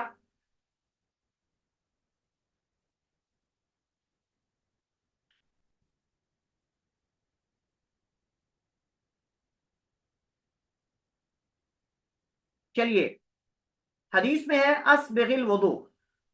اسبغ، یہ اسبغ یسبغ و اسباغ سے ہے. اسبغ یسبغ و اسباغ سے فعل امر ہے اسبغ، جس کا معنی ہوتا ہے وضو کو اچھی طرح کرو، ہر عضو کو اس کا حق دو. اس میں بات پہلے ترجمہ کر لیں میرے خیال میں، پھر سمجھنا آسان ہوتا ہے. حضرت لقیب بن صبرہ رضی اللہ تعالیٰ عنہ سے روایت ہے، فرماتے ہیں اللہ کے رسول نے فرمایا اسبغ الوضوء، اچھی طرح وضو کرو، وخلل بین الاصابع، اپنی انگلیوں کے درمیان خلال کرو، وبالغ فی الاستنشاق، اور ناک میں پانی کھینچنے میں مبالغہ کرو، الا ان تکون صائما، الا کہ تم روزے دار ہو، پھر ایسا نہ کرو کیونکہ حلق میں پانی کے اترنے کا ڈر اور امکان ہے. اخرجہ الاربع، اسے چاروں نے روایت کیا ہے بخاری مسلم کے علاوہ. وصححہ ابن خزیمہ، ابن خزیمہ نے روایت بھی کیا ہے اور صحیح بھی کہا ہے. ولی ابی داود، اور ابو داود کے ہاں رحمہ اللہ کے ہاں فی روایت، ایک روایت میں یہ الفاظ ہیں اذا توضأت فمضمض، جب آپ وضو کریں تو کلی بھی کریں، جب آپ وضو کریں تو کلی بھی کریں. تو حدیث میں ہم بات کر رہے تھے کہ اسبغ یہ فعل امر ہے اسبغ یسبغ و اسباغ سے، جس کا معنی ہوتا ہے اچھے طریقے سے وضو کرنا. اور اسباغ دو طرح کا ہے، ایک واجب ہے ایک مستحب ہے. واجب کا مطلب جس کے بغیر وضو ہی پورا نہیں ہوتا، واجب کا مطلب جس کے بغیر وضو ہی پورا نہیں ہوتا. اور وہ کیا ہے کہ آپ ہر عضو کو کم از کم ایک دفعہ دھوئیں، ہر عضو کو کم از کم ایک دفعہ دھوئیں اور اس تک مکمل پانی پہنچائیں. اور مستحب یہ ہے کہ آپ 2 دفعہ دھوئیں 3 دفعہ دھوئیں، یہ مستحب ہے. لہذا اسباغ وضو دو طرح کا ہے، ایک ہے وجوبی اور ایک ہے استحبابی، یعنی واجب اور مستحب. واجب یہ ہے کہ ایک دفعہ کم از کم ہر عضو کو دھویا جائے، مکمل پانی اس تک پہنچایا جائے. اور مستحب یعنی واجب سے زیادہ جو ایک مقدار ہے وہ یہ ہے کہ آپ 2 دفعہ یا 3 دفعہ دھوئیں، جیسا کہ اللہ کے رسول علیہ الصلوۃ والسلام نے تینوں پر عمل کیا ہے. کبھی آپ 1 دفعہ دھوتے تھے، کبھی 2 دفعہ، کبھی 3 دفعہ. اللہ کے رسول سے یہ ثابت ہے. خلل، یہ خلل یخلل و تخلیل سے ہے، جس کا معنی ہوتا ہے خلال کرنا. اور خلال کا مطلب یہ ہے کہ ایک ہاتھ کی انگلیاں دوسرے ہاتھ میں داخل کرنا، ایک ہاتھ کی انگلیاں دوسرے ہاتھ کی انگلیوں میں داخل کرنا. جو درمیان میں فاصلہ ہے اس کے اندر، یعنی جو انگلیوں کے درمیان فاصلہ ہے اس کے اندر جو ہے وہ انگلیاں داخل کر کے پانی پہنچانا، یہ خلال ہے. وبالغ، یہ بالغ یبالغ سے فعل امر ہے، مبالغہ کرنا. فی الاستنشاق، استنشق یستنشق، استنشاق باب استفعال ہے جس کا معنی ناک میں پانی کھینچنا، ناک میں پانی کھینچنا اور پھر اس کو جھاڑنا. الا ان تکون صائما، مگر تم روزے کی حالت میں ہو تو ایسا نہ کرو کیونکہ روزے کی حالت میں پانی حلق میں اترنے کا امکان ہوتا ہے. لہذا ناک میں پانی زیادہ نہ کھینچا جائے اوپر تک تاکہ وہ حلق میں نہ اتر جائے. فمضمض، یہ مضمض یمضمض سے ہے، فمضمض فعل امر ہے جس کا معنی ہوتا ہے کلی کرنا. ٹھیک ہے، یہ نیچے ساری چیزیں دی ہوئی ہیں جیسا کہ آپ دیکھ رہے ہیں، اس کو بعد میں آپ دیکھ سکتے ہیں. ٹھیک ہے. اچھا جی، حدیث کے فوائد میں سے ایک تو یہ ہے کہ حدیث کا ظاہر ہاتھوں اور پاؤں کی انگلیوں کے خلال کو وجوب پہ، حدیث کا ظاہر اس سے ہاتھوں اور پاؤں کی انگلیوں کا خلال جو ہے اس کے واجب ہونے کا پتہ چلتا ہے. لیکن اس میں تفصیل ہے. تفصیل کیا ہے؟ یہ تفصیل جاننا ضروری ہے. یعنی اصل تو یہ کہ وَخَلِّلْ بَيْنَ الْأَصَابِعِ، اپنی انگلیوں کے درمیان خلال کریں. اصل تو یہ کہ ظاہر وجوب پہ دلالت کر رہا ہے، لیکن اس میں تفصیل ہے. تفصیل یہ ہے کہ اگر پانی تھوڑا ہے، اگر پانی تھوڑا ہے اور انگلیوں کے درمیان کے فاصلے کے خشک رہنے کا ڈر ہے تو پھر خلال کرنا واجب ہے، پھر خلال کرنا واجب ہے. اور اگر پانی کثیر مقدار میں ہے اور انگلیوں کے ہاتھوں اور پاؤں کی انگلیوں کے درمیان کے خلا جو ہیں ان کے خشک رہنے کا ڈر نہیں تو پھر خلال کرنا سنت ہے لیکن لازم نہیں.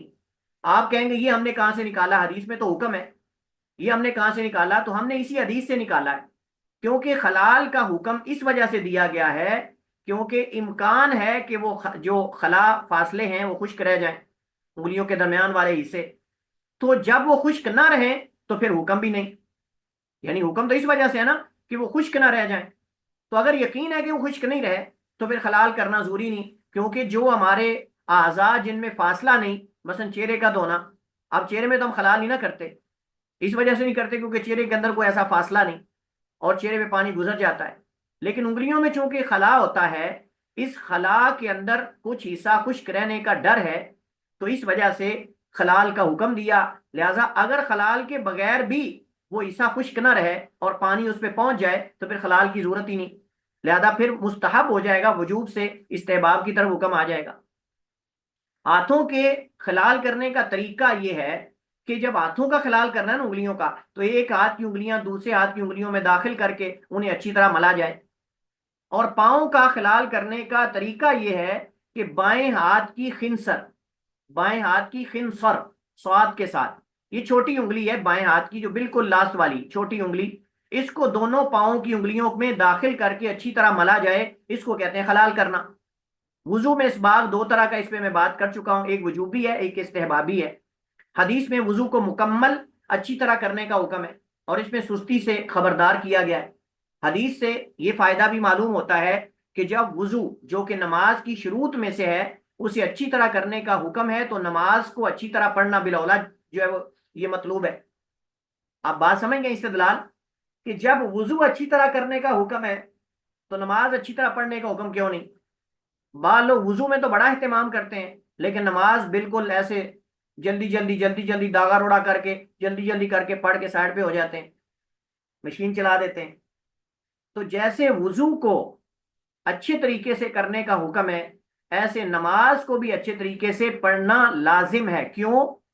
کیونکہ وضو نماز کی شرط ہے اور یہ وضو کا اہتمام نماز کی وجہ سے ہو رہا ہے، تو ایک بندہ وضو میں تو اہتمام کر رہا ہے لیکن جس کی وجہ سے وضو کا اہتمام کر رہا ہے وہ اس نماز کا اہتمام نہ کرے، تو یہ کیسے ممکن ہے؟ حدیث میں ناک میں پانی داخل کرتے ہوئے مبالغے کا حکم ہے بشرطے کہ وضو کرنے والا روزے کی حالت میں۔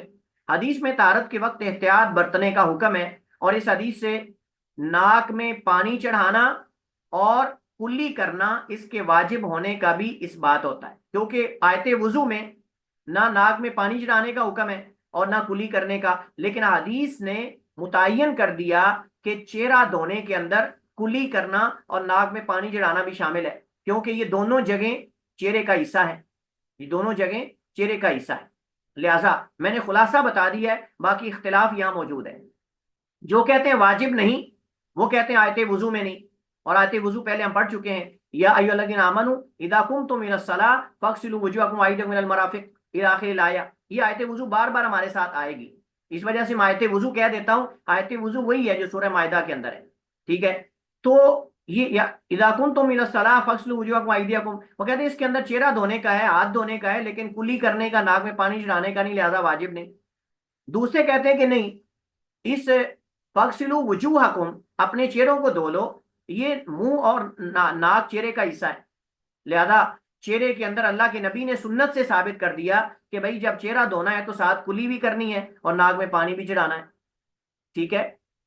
اور دیگر حدیث میں باقاعدہ حکم ہے اذا توضأت فمضمض، ابھی ہم نے حدیث پڑھی، اس طرح جو ہے وہ ثم لینتصر، ایک حدیث میں چاہیے کہ ناک جاڑے، تو ناک کب جاڑے گا؟ ناک میں پانی کھینچے گا تو جاڑے گا نا۔ ہاتھ اور پاؤں کی انگلیوں کا خلال کرنے کا کیا حکم ہے؟ میں نے خلاصہ بتا دیا اور وہی راجے ہیں۔ اگلی حدیث ہمارے پاس ہے سیدنا عثمان بن عفان رضی اللہ تعالیٰ عنہ کی حدیث، وعن عثمان رضی اللہ تعالیٰ عنہ ان النبی صلی اللہ علیہ وآلہ وسلم کان یخلل لحیتہ فی الوضوء، اخرجہ الترمذی وصححہ ابن خزیمہ۔ حضرت عثمان بن عفان سے روایت ہے کہ اللہ کے نبی علیہ الصلوۃ والسلام خلال کیا کرتے تھے اپنی داڑھی کا وضو میں، اخرجہ ترمذی وصححہ ابن خزیمہ، جسے ترمذی نے روایت کیا ہے اور ابن خزیمہ نے صحیح کہا ہے، اور حدیث جو ہے صحیح ہے، حدیث جو ہے وہ صحیح ہے، اگرچہ اس میں اختلاف ہے لیکن حدیث کے شواہد اور مطابعات ہیں اور حدیث صحیح ہے، ٹھیک ہے؟ اور راجح یہ کہ حدیث شواہد کی بنیاد پر حسن درجے تک پہنچ جاتی ہے، حسن درجے تک پہنچ جاتی ہے، میں نے اختلاف نقل کیا ہے بطور فائدے کے، آپ پڑھنا چاہیں تو بعد میں پڑھ سکتے ہیں۔ لحیہ یہ چہرے کے بالوں کو کہتے ہیں اور یہ لحیین سے ہے، لحیین چہرے کے دونوں جو جبڑے ہوتے ہیں نا، ہڈیاں، ان کو کہتے ہیں۔ تو چونکہ یہ زیادہ تر بال اسی پہ اگتے ہیں، اس وجہ سے اس کو لحیہ کہتے ہیں۔ جیسے حدیث کے اندر آتا ہے نا، من یضمن لی ما بین لحییہ ورجلیہ اضمن لہ الجنہ، جو مجھے اپنے دو جبڑوں کے درمیان اور دو ٹانگوں کے درمیان جو چیز اس کی ضمانت دیتا ہے، میں اس کو جنت کی ضمانت دیتا ہوں۔ من یضمن لی ما بین لحییہ ورجلیہ اضمن لہ الجنہ، تو لحیی جبڑے کو کہتے ہیں، اور اس کے درمیان ہماری زبان ہے، دو جبڑوں کے درمیان ہماری زبان ہے، تو اسی پر یہ بال اگتے ہیں جبڑے پر، تو اس کو اس وجہ سے داڑھی کہتے ہیں لحیہ، لحیہ یہ اسی لحیی سے ہے، ٹھیک ہے۔ اچھا جی، تو حدیث سے کیا ثابت ہوا؟ حدیث سے داڑھی کے خلال کرنے کا حکم ثابت ہوتا ہے، لیکن کیا یہ حکم جو ہے وجوب کے لیے، استحباب کے لیے؟ اللہ کے نبی کا فعل ہے، اور خالی فعل جو ہے وجوب پہ دلالت نہیں کرتا الا کہ اس کی کوئی اور دلیل یا قرینہ ہو، ٹھیک ہے۔ تو داڑھی کا خلال کرنے کا طریقہ یہ ہے کہ آپ چلو ہتھیلی میں پانی لیں اور اسے جو ہے وہ داڑھی میں داخل کریں بیک سائڈ سے۔ بیک سائڈ سے کیوں؟ کیونکہ آگے والی سائڈ پہ تو پانی گر چکا ہے، جب آپ چہرہ دھو رہے تھے، جب آپ چہرہ دھو رہے تھے تو پانی تو آگے والی سائڈ پہ گر چکا، اب جو بیک سائڈ ہے اس پر آپ خلال کر لیں، اور یہ خلال کرنا مستحب ہے، یہ لازم نہیں ہے۔ علامہ ابن القیم فرماتے ہیں رسول اللہ صلی اللہ علیہ وسلم داڑھی کا خلال کبھی کبھی کیا کرتے تھے، اس پر میشگی نہیں کی زاد المعاد میں۔ داڑھی کو چہرے کے ساتھ دھونے یا نہ دھونے کے بارے میں تفصیل پہلے گزر چکی ہے، حدیث نمبر 33 میں، 33 نمبر حدیث میں ہم تفصیل سے بات کر چکے کہ داڑھی 3 طرح کی ہوتی ہے۔ کبھی داڑھی بالکل چھوٹی ہوتی ہے اور جلد کے ساتھ جڑی ہوتی ہے، چہرے کی جلد نظر آ رہی ہوتی ہے، اس میں داڑھی کو چہرے کے ساتھ دھونا لازم ہے۔ کبھی داڑھی لمبی اور گھنی ہوتی ہے، اس میں ہم نے کہا صرف اس کے ظاہری حصے کو دھونا لازم ہے، یعنی اس پر پانی گرانا لازم ہے، پوری داڑھی کو دھونا یا بیک سائڈ سے دھونا یہ لازم نہیں ہے، اور یہ تکلف اگر کوئی کرتا ہے خصوصاً سردی کے اندر، اپنے آپ کو ٹھنڈ سے مارنے والی بات ہے۔ عبداللہ ابن زید بن عاصم انصاری رضی اللہ تعالیٰ عنہ سے اگلی حدیث ہے، ان النبی صلی اللہ علیہ وسلم اتی بثلثی مد، اللہ کے نبی علیہ السلام کے پاس 2/3 مد پانی لایا گیا۔ مد ایک پیمانہ ہے، مد جو ہے عرب کے ہاں نبی علیہ السلام کے زمانے کا ایک پیمانہ ہے، یہ سا سے چھوٹا ہوتا ہے۔ سا جو ہے یہ ہم جو صدقۃ الفطر میں دیتے ہیں، یہ سا 2.5 سے 2.25 کلو کے درمیان وزن بنتا ہے، اور یہ جنس کے اعتبار سے وزن بدلتا رہتا ہے، جنس کے اعتبار سے وزن بدلتا رہتا ہے۔ تو مد جو ہے یہ مد ایک پیمانہ ہے، یہ 4 مد ہوں تو ایک سا بنتا ہے، 4 مد ہوں تو ایک سا بنتا ہے، اور سا جو ہے یہ ہم صدقۃ الفطر میں جو دیتے ہیں ایک سا، وہ ایک سا ہے، ٹھیک ہے، اس میں 4 مد ہوتے ہیں۔ اللہ کے نبی علیہ السلام جو ہے وہ ایک مد سے وضو کر لیتے تھے، بلکہ ایک مد سے بھی کم پانی سے، اور ایک سا سے غسل کر لیتے تھے، اور یہ حدیث میں موجود ہے۔ تو 2/3 مد پانی سے وضو ہو سکتا ہے، آدھے مد سے پانی، اور ایک مد جو ہے اگر آپ اس کا اندازہ لگانا چاہیں تو درمیانے قد کا آدمی، درمیانے قد کا آدمی اگر اپنے دونوں ہاتھ ایسے چلو بنائے نا، جس کو ہمارے یہاں بک کہتے ہیں، اگر دونوں ہاتھوں کا چلو بنائے اور گندم سے بھرے تو یہ مد ہے۔ یعنی آپ اگر پریکٹیکلی عملی طور پہ اگر آپ جاننا چاہتے ہیں کہ کتنا ایک مد ہوتا ہے، تو آپ اپنے دونوں ہاتھوں کا چلو بنائیں، ایسے دونوں ہاتھ جوڑیں آپس میں اور اس کو گندم سے بھریں، گندم سے، جو سے، تو یہ ایک مد ہے، یہ ایک مد ہے۔ اگر 4 آپ اس طرح کریں گے نا تو ایک سا بن جائے گا، لیکن درمیانے قد کا آدمی ہو، نہ چھوٹا ہو نہ بڑا ہو، ٹھیک ہے۔ اور جیسے میں نے کہا کہ ایک سا کے اندر یعنی تقریباً 2.5 سے 3.25 کلو یہ یا لیٹر جو ہے یہ پانی یا وزن آتا ہے، ٹھیک ہے، اور 4 مد جو ہیں ایک سا کے اندر ہوتے ہیں۔ اب وہ مد اور سا کیا ہے یہ میں آپ کے سامنے اسکرین شیئر کر رہا ہوں آپ کو صرف دکھانے کے لیے، میرے پاس دونوں موجود ہیں، سا بھی ہے مد بھی ہے، سا بھی ہے اور مد بھی ہے، اور اس کی سند بھی میرے پاس موجود ہے، اللہ کے نبی علیہ السلام کے زمانے تک میرے پاس سند موجود ہے۔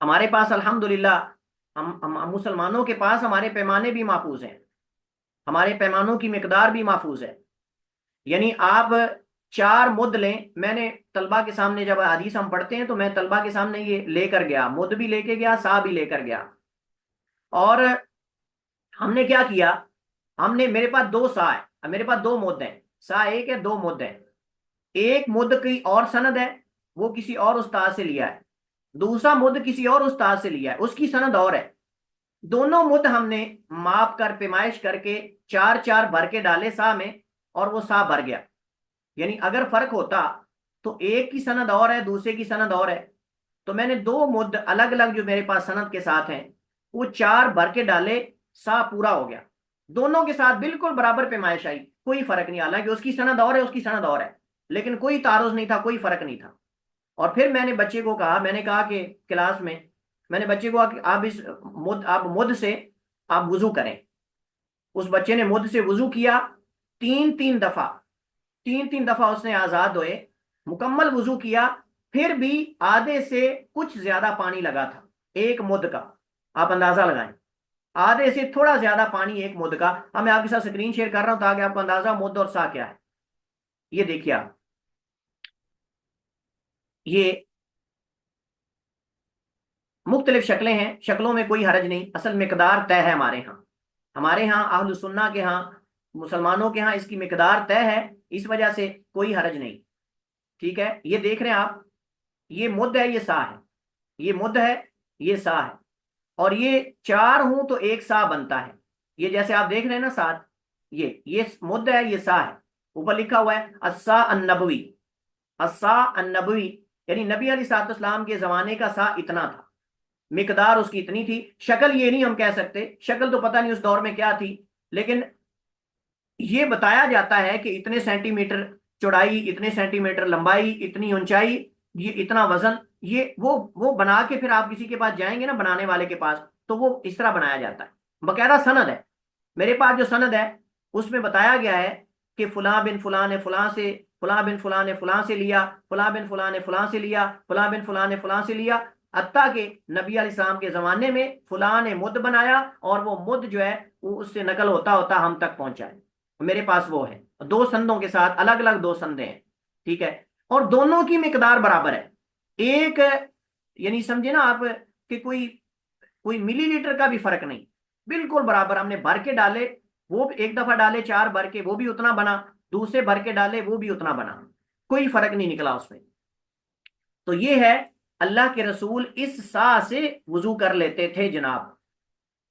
تو طلبہ کو میں نے کہا اچھا، میں نے عملی طور پہ وضو کروانے سے پہلے میں نے پوچھا ہاں جی اس سے وضو ہو جائے گا؟ تو طلبہ کہتے نہیں سر نہیں ہو سکتا۔ میں نے کہا اچھا جی شروع کریں پھر، تو یہ جو ہے، میں نے کہا اچھا جی شروع کریں، شروع کیا انہوں نے، تو وضو بچے نے آدھے سے تھوڑا سا زیادہ پانی سے کر لیا۔ میں نے کہا ہاں جی، میں نے کہا جب اس مد سے وضو ہو سکتا ہے تو اس سے غسل کیوں نہیں ہو سکتا؟ اس سے غسل بھی ہو سکتا ہے یقیناً، ٹھیک ہے۔ اچھا جی، میں آپ کو کچھ اور اس کی شکلیں دکھاتا ہوں، جیسے مثلا یہ دیکھیں، یہ تھوڑا بہت قدیم زمانے کا بنایا ہوا ہے، یہ دیکھیں آپ، یہ فیس بک کی طرف لے جا رہا ہے، یہ دیکھیں آپ، یہ مد ہے اور یہ سا ہے، یہ مد ہے، یہ اصل میں نیچے سے تصویر لی گئی ہے موبائل کو بالکل قریب کر کے، اس وجہ سے آپ کو لگ رہا ہے شاید بہت بڑا یہ کوئی ڈرم ہے، یہ ڈرم نہیں، یہ چھوٹا سا ہی ہوتا ہے، لیکن شکل کو تھوڑا اس کو زوم کر کے بنایا گیا ہے، یہ مد ہے اور یہ سا ہے، ٹھیک ہے۔ یہ ایک شکل ہے، یہ ایک شکل ہے، یعنی آپ سمجھیں کہ قدیم زمانے کی شکلوں میں سے یہ ہے۔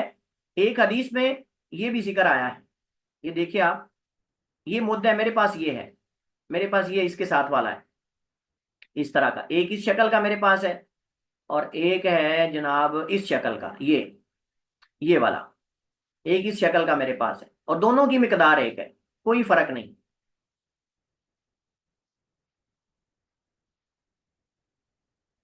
یہ والا میرے پاس ہے، اس شکل کا ایک، اور ایک اس شکل کا ہے، یہ والا۔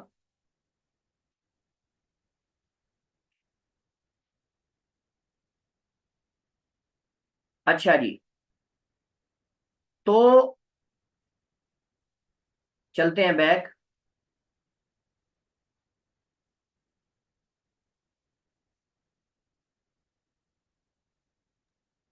استاد ایک سوال ہے کہ یہ جو مد اور جو ہے سا، یہ کتنے ملی لیٹر ہوتا ہے یہ؟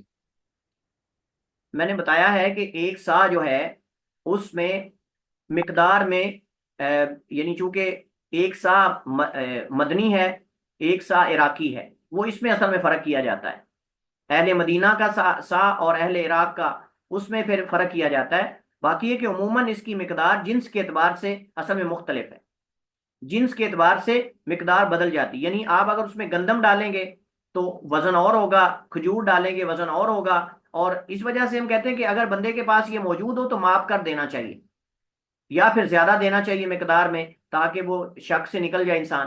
اس وجہ سے سعودی عرب کے اندر تو 3 کلو چاول جو ہیں وہ دیے جاتے ہیں صدقۃ الفطر میں، وہ کہتے ہیں 3 کلو احتیاطاً دینے چاہیے، کیونکہ وہ کہتے ہیں کہ چاول اور یہ جنس جو ہے اس میں فرق پڑ جاتا ہے۔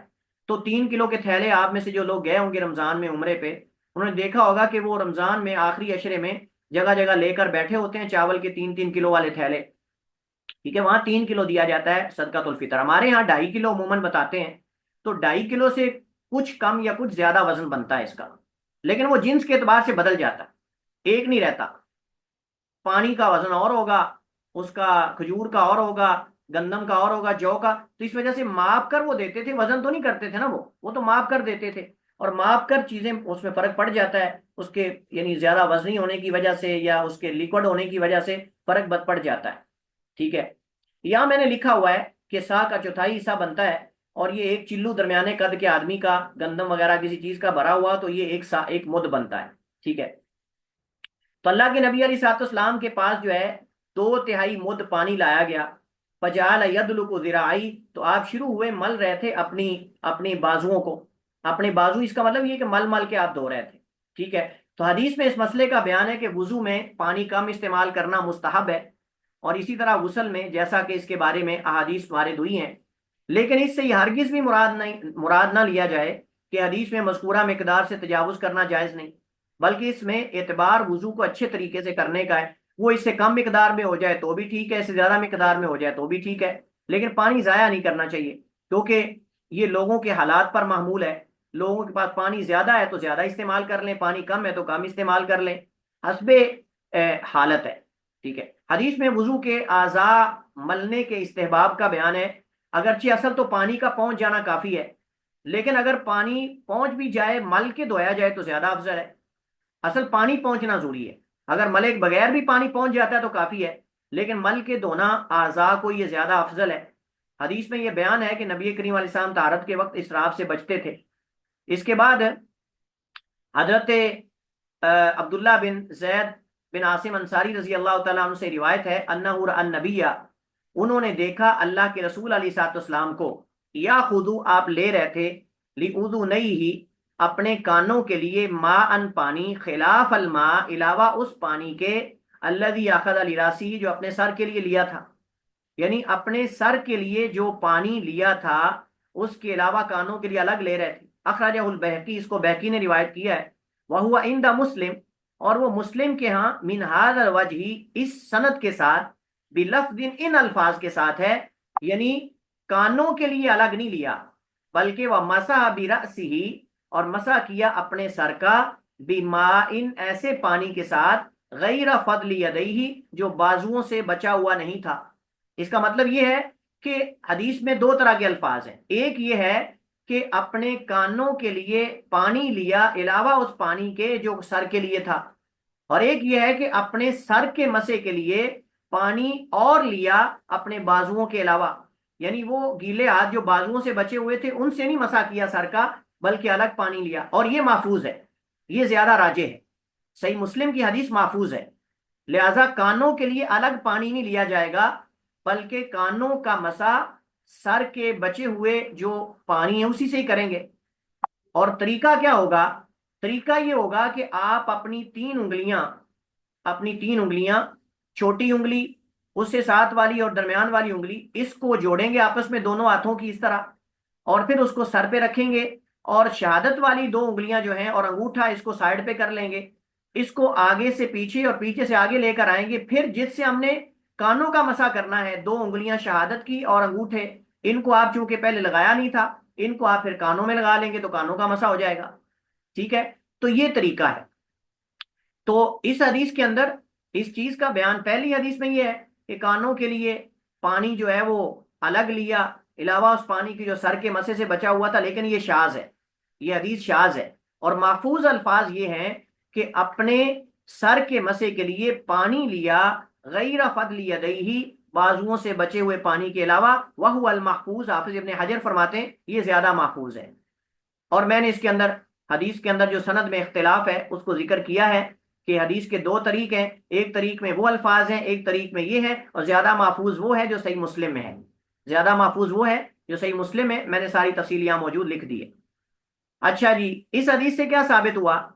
پہلی حدیث سے ثابت ہوتا ہے کہ کانوں کے مسے کے لیے نیا پانی لیا جائے گا، لیکن یہ ضعیف ہے، جبکہ اس کے مقابلے میں دوسری روایت سے یہ ثابت ہوتا ہے کہ سر کے مسے کے لیے نیا پانی لیا جائے گا، کانوں کے مسے کے لیے نہیں۔ سر کے مسے کے لیے بازوؤں کے بعد پانی الگ لیا جائے گا، ٹھیک ہے، یعنی ہاتھ گیلے کیے جائیں گے، کیونکہ کان سر کا حصہ ہے اور اس کا مسا کان سر کے ساتھ ہی کیا جائے گا، اور یہی محفوظ ہے۔ حدیث میں یہ بیان ہے کہ وضو کے ہر عضو کے لیے نیا پانی لیا جائے گا سوائے کانوں کے، پس ان کا مسا سر کے بچے ہوئے پانی سے ہی کیا جائے گا۔ اس کے بعد ہمارے پاس اگلی حدیث ہے، سیدنا ابو ہریرہ رضی اللہ تعالیٰ عنہ روایت کرتے ہیں، فرماتے ہیں قال سمیعت رسول اللہ، میں نے سنا اللہ کے رسول سے، آپ فرما رہے تھے ان امتی، بے شک میری امت، یاتونا، وہ آئیں گے، یوم القیامتی، قیامت کے دن، غرن، سفید پیشانیوں والے، محجلین، سفید پاؤں والے، من اثر الوضوء، وضو کے اثر اور نشان سے، فمن استطاع منکم، یہ حضرت ابو ہریرہ کے الفاظ مدرج ہیں، یہ راوی نے درج کر دیے غلطی سے، وگرنہ یہ الفاظ اللہ کے رسول کے نہیں، یہ راوی کے ہیں۔ حضرت ابو ہریرہ نے مسئلہ اخذ کیا اس حدیث سے، تو راوی کو یہ لگا شاید یہ حدیث ہے، تو اس نے بغیر تفصیل کے بیان کر دیا، جبکہ بعض راویوں نے اس میں فرق کیا ہے۔ فمن استطاع منکم، جو تم میں سے استطاعت رکھتا ہو، ان یطیلا، کہ وہ زیادہ کرے، بڑھا لے، غرتہ، اپنی سفیدی کو، فلیفعل، تو وہ کر لے۔ متفق علیہ، بخاری مسلم کی حدیث ہے، واللفظ لمسلم، اور یہ الفاظ مسلم کے ہیں۔ تو اس میں من استطاع منکم ان یطیل غرۃ فلیفعل، یہ حضرت ابو ہریرہ کے الفاظ، ٹھیک ہے، یہ حضرت ابو ہریرہ کے الفاظ ہیں۔ حافظ ابن حجر فرماتے ہیں کہ حدیث کا آخری جملہ مجھے اس حدیث کو روایت کرنے والے صحابہ کرام، جن کی تعداد 10 ہے، ان میں کسی ایک کی روایت میں نہیں ملا۔ اس سے پتہ چلتا ہے کہ یہ راوی جو حضرت ابو ہریرہ سے، انہوں نے اس میں درج کر دیے، ٹھیک ہے، اور یہی زیادہ راجح ہے۔ ان امتی، بے شک میری امت سے مراد امت اجابہ ہے۔ امت دو طرح کی ہے، امت دعویٰ اور امت اجابہ، یہاں مراد امت اجابہ ہے۔ یاتونا کا معنی آئیں گے، اور ایک حدیث میں یدعونا، ان کو پکارا جائے گا، کیا کہہ کر؟ او چہرے چمکنے والوں، او ہاتھ پاؤں چمکنے والوں، یہ کہہ کر ان کو بلایا جائے گا۔ یدعونا کا معنی بلائے جائیں گے، پکارے جائیں گے۔ یاتونا، آئیں گے قیامت کے دن، یعنی جس دن لوگ اپنی قبر سے حساب و کتاب کے لیے قبروں سے اٹھیں گے، جزا سزا کے لیے۔ قیامت کے کئی نام ہیں، یہاں قیامت ہے، یہ قیامہ سے اٹھنے کے لیے، چونکہ اٹھیں گے، اور اس کو الساعہ بھی کہتے ہیں، چند لمحات کے اندر واقع ہو جائے گی، فوراً واقع ہو جائے گی۔ اس کو تغابن بھی کہتے ہیں، یوم التغابن، ہار جیت کا دن۔ اس کو مالک یوم الدین، جزا کا دن بھی کہتے ہیں۔ اس کو القاریہ بھی کہتے ہیں، اور بھی اس کے کئی ایک نام قرآن کریم کے اندر موجود ہیں، اور ہر نام کے پیچھے ایک پس منظر ہے، اور ہر نام کے پیچھے اس دن کا تعارف اور اس نام کی حقیقت اور تعریف ہے، اگر ان ناموں پہ غور کریں تو۔ غرن، یہ حال ہے، اس وجہ سے منصوب ہے۔ یاتونا، اس کی ضمیر سے یہ حال ہے، یعنی آئیں گے غرن، یہ اغرن کی جمع ہے، اور عربی زبان میں غرتن اس سفیدی کو کہتے ہیں جو گھوڑے کی پیشانی یا چہرے میں ہوتی ہے، اور اس کا معنی یہ ہے کہ امت محمد کے نمازی لوگ قیامت کو اس حال میں آئیں گے کہ ان کے چہرے وضو کے اثر کی وجہ سے سفید اور روشن ہوں گے۔ اللہ ہمیں بھی ان خوش نصیب لوگوں میں شامل فرمائے۔ محجلین، یہ یاتونا سے حال ثانی ہے، دوسرا حال، اور تحجیل سے مراد وہ سفیدی ہے جو گھوڑے کے قدموں میں ہوتی ہے، اور معنی یہ ہوگا ان کے ہاتھوں اور پاؤں میں سفیدی اور نور ہوگا وضو کے نشانات سے۔ حدیث میں غرن محجلین کہنے سے نبی نے وضو کے تمام اعضاء کو ذکر کر دیا۔ ترجمہ ہم کر چکے ہیں۔ حدیث میں وضو کی فضیلت اور اس کے اجر و ثواب کا بیان ہے، اور یہ قیامت کے دن اس امت کے لیے خاصہ ہے، دیگر امتوں کے ساتھ ایسا نہیں ہوگا۔ بعض علماء نے اس حدیث سے استدلال کرتے ہوئے کہا کہ وضو اس امت کی خصوصیات میں سے ہے، لیکن اکثر علماء کا قول یہ کہ وضو تو سابقہ امتوں میں تھا، لیکن وضو کرنے والوں کے اعضاء کا چمکنا یہ اس امت کے ساتھ خاص ہے۔ حدیث میں اس بات کی دلیل ہے کہ یہ نور سفیدی صرف وضو کے اعضاء کے ساتھ خاص ہے، دیگر اعضاء اس میں شامل نہیں، لہٰذا اگر کوئی تجاوز کرے گا مقررہ جو حد ہے اس سے، تو اس کو سفیدی اتنی ملے گی جتنا وضو کے اعضاء ہیں، اور یہ جائز بھی نہیں۔ حدیث میں قاعدہ کلیہ بیان ہے کہ الجزاء من جنس العمل، کہ عمل جزا عمل کی جنس میں سے ملتی ہے، لہذا جو دنیا میں وضو کرے گا اللہ اس کو قیامت کو زیور بنا دے گا اور اس کو روشنی کا ذریعہ بنا دے گا، نور کا ذریعہ بنا دے گا۔ وضو کے آزاد ہوتے ہوئے حد سے تجاوز کرنے کا حکم کیا ہے؟ اس مسئلے میں اختلاف ہے، بعض علماء کے ہاں تجاوز جائز ہے اور بعض کے ہاں جائز نہیں۔ راجح یہ ہے کہ اعضاء کے مقررہ جگہ سے تجاوز کرنا جائز نہیں ہے اور یہی زیادہ راجح ہے۔ اسی کو بعد محققین نے بھی اختیار کیا، ابن تیمیہ، شیخ الاسلام ابن قیم نے، اور ان کی دلیل آیت وضو اور سنت ہے۔ آیت وضو میں بھی باقاعدہ حد بندی کی گئی ہے، الی المرافق الی الکعبین، تو الا یہ غایت حد کے لیے ہوتا ہے، اسے تجاوز نہیں کر سکتے۔ اللہ تعالیٰ نے آزاد ہونے کی فرضی حد کو ذکر کرتے ہوئے اس کی حد بندی کی ہے، لہذا یہ دلیل ہے کہ تجاوز نہیں کر سکتے۔ اس طرح جن صحابہ نے بھی اللہ کے نبی کا طریقہ نقل کیا ہے انہوں نے اس سے تجاوز نہیں کیا اور نہ اس سے بیان کیا تجاوز۔ باقی رہا حضرت ابو ہریرہ کا فعل رضی اللہ تعالیٰ عنہ کا کہ وہ بغلوں تک بازو دھوتے تھے، یہ صحابی کا اجتہاد ہے، اور جب صحابی کا اجتہاد حدیث کے مقابلے میں آ جائے تو حجت نہیں ہوتا۔ ٹھیک ہے جی۔ باقی عقلی دلیل بھی ہے کہ اعضاء کی مقررہ جگہ سے تجاوز کرنے سے اعضاء ایک دوسرے میں داخل ہو جاتے ہیں، اعضاء ایک دوسرے میں داخل ہو جاتے ہیں، پھر اس کو نام اور دینا چاہیے، پھر اس کو جو ہے وہ رجل کا یا اس کو ید کا نام تو نہیں دینا چاہیے۔ سیدہ عائشہ صدیقہ رضی اللہ تعالیٰ عنہ سے حدیث ہے، عن عائشہ رضی اللہ تعالیٰ عنہ قالت کان النبی صلی اللہ علیہ وسلم یوجب التیمن فی تناولی و ترجلی و طہوری و شانی کلی، کہ حضرت عائشہ فرماتی ہیں اللہ کے نبی علیہ الصلوۃ والسلام کو پسند تھا تیمم دائیں جانب، فی تناولی جوتا پہننے میں، ترجلی کنگھی کرنے میں، و طہوری اور ہر قسم کی طہارت میں، و فی شانی کلی ہر معاملے میں۔ متفق علیہ، حدیث بخاری مسلم کی۔ تیمن، یہ تیمن یا تیمن تیمنا سے مصدر ہے اور یہ ان مشترک الفاظ میں سے ہے جن میں سے ایک سے زیادہ معنی کا احتمال موجود ہوتا ہے۔ بسا اوقات اس کا اطلاق جو ہے تبرک لینے پر ہوتا ہے، جب یہ الیمن یا کے ضمہ کے ساتھ ہو یعنی بمانہ برکت، اور کبھی اس کا اطلاق دائیں ہاتھ پر ہوتا ہے یا دائیں طرف پر ہوتا ہے، دائیں جہت پر، جیسا کہ یہاں ہے۔ تناول، یہ تناعل یا تناعل تناعلا سے ہے جس کا معنی یہ مصدر ہے جس کا معنی جوتا پہننا۔ ترجل، یہ رجل یرجل اور ترجلا، ترجل یا ترجل ترجلا ترجیلا، اس سے جس کا معنی کنگھی کرنا۔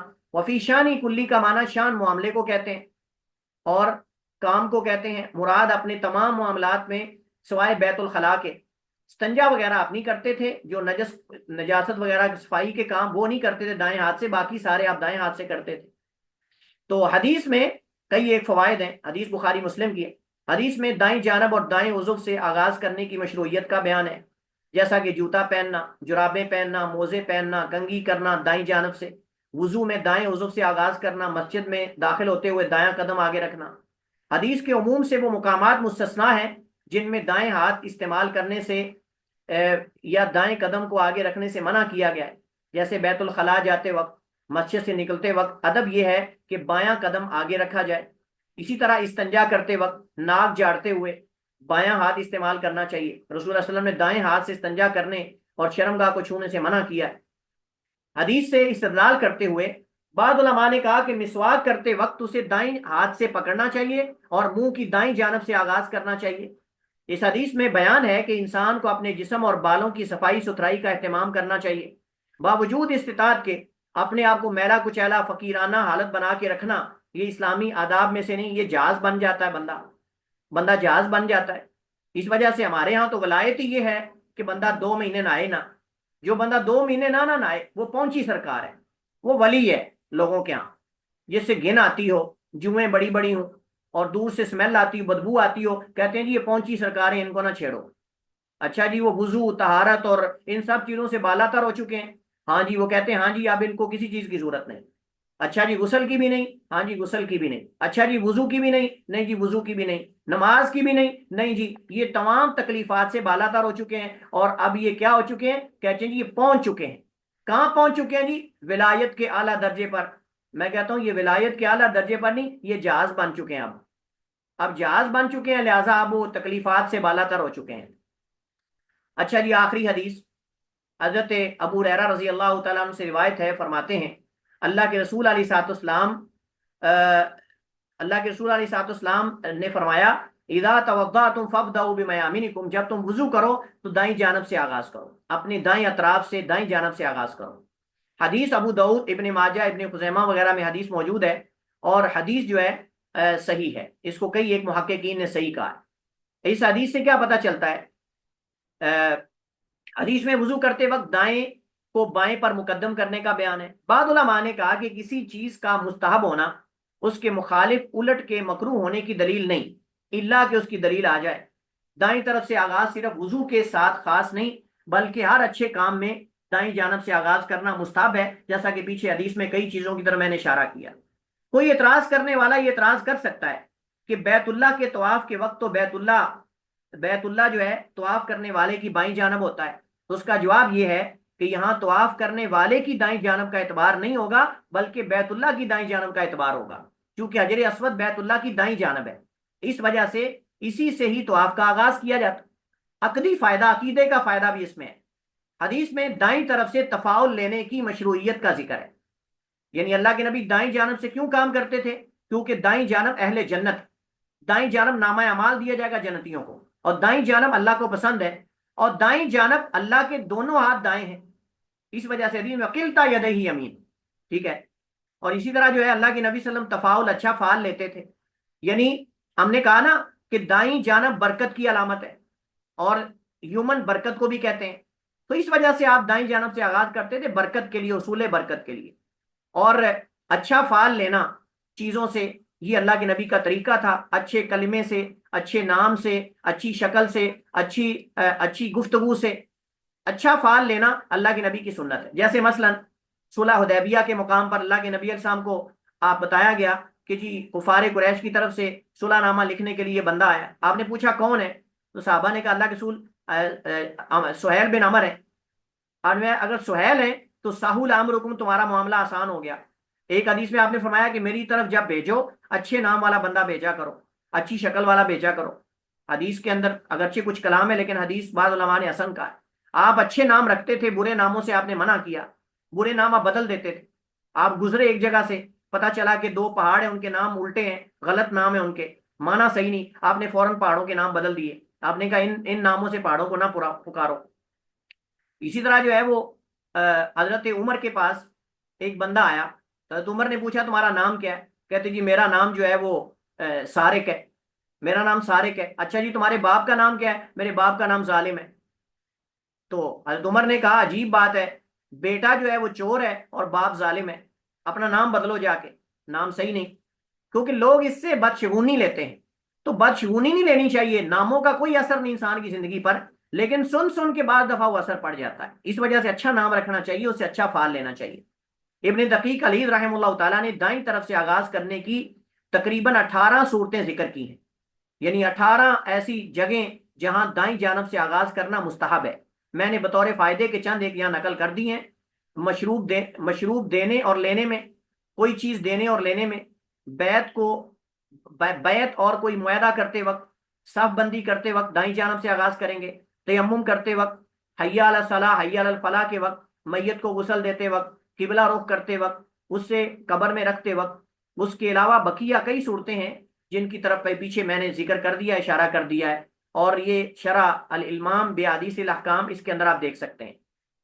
کیا وضو میں دائیں عضو سے آغاز کرنا واجب ہے؟ اختلافی مسئلہ ہے، لیکن راجح واللہ عالم وہ یہی ہے کہ وضو جو ہے اس میں دائیں جانب سے آغاز کرنا مستحب ہے، لیکن واجب نہیں ہے۔ واللہ تعالی عالم واحکم، وصلی اللہ وسلم علی نبینا محمد وعلی آلہ وصحبہ وسلم۔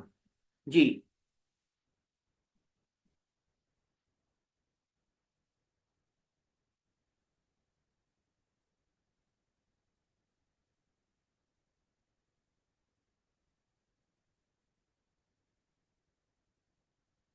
پوچھ رہے ہیں جی اچھی شکل کیا ہے؟ اچھی شکل سے مراد یہ ہے کہ وہ اس کو کوئی مرض نہ ہو، اس کی مرض کی وجہ سے شکل بگڑی نہ ہو، جس سے بعض دفعہ لوگ بدشگونی لے لیتے ہیں، کہتے ہیں لو جی یہ کیسا بندہ میرے ماتھے لگ گیا ہے۔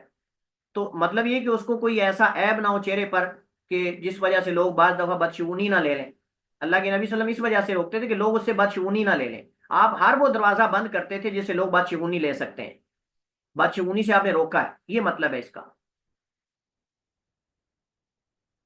یعنی اس کے چہرے پر کوئی عیب نہ ہو۔ اگر عیب ہوگا تو ساتھ ذرا لوگ اس سے بدشگونی لیں گے، یا کوئی نوست لے سکتے ہیں، سمجھ سکتے ہیں لوگ، کوئی برا عقیدہ اس سے بنا سکتے ہیں، اس وجہ سے۔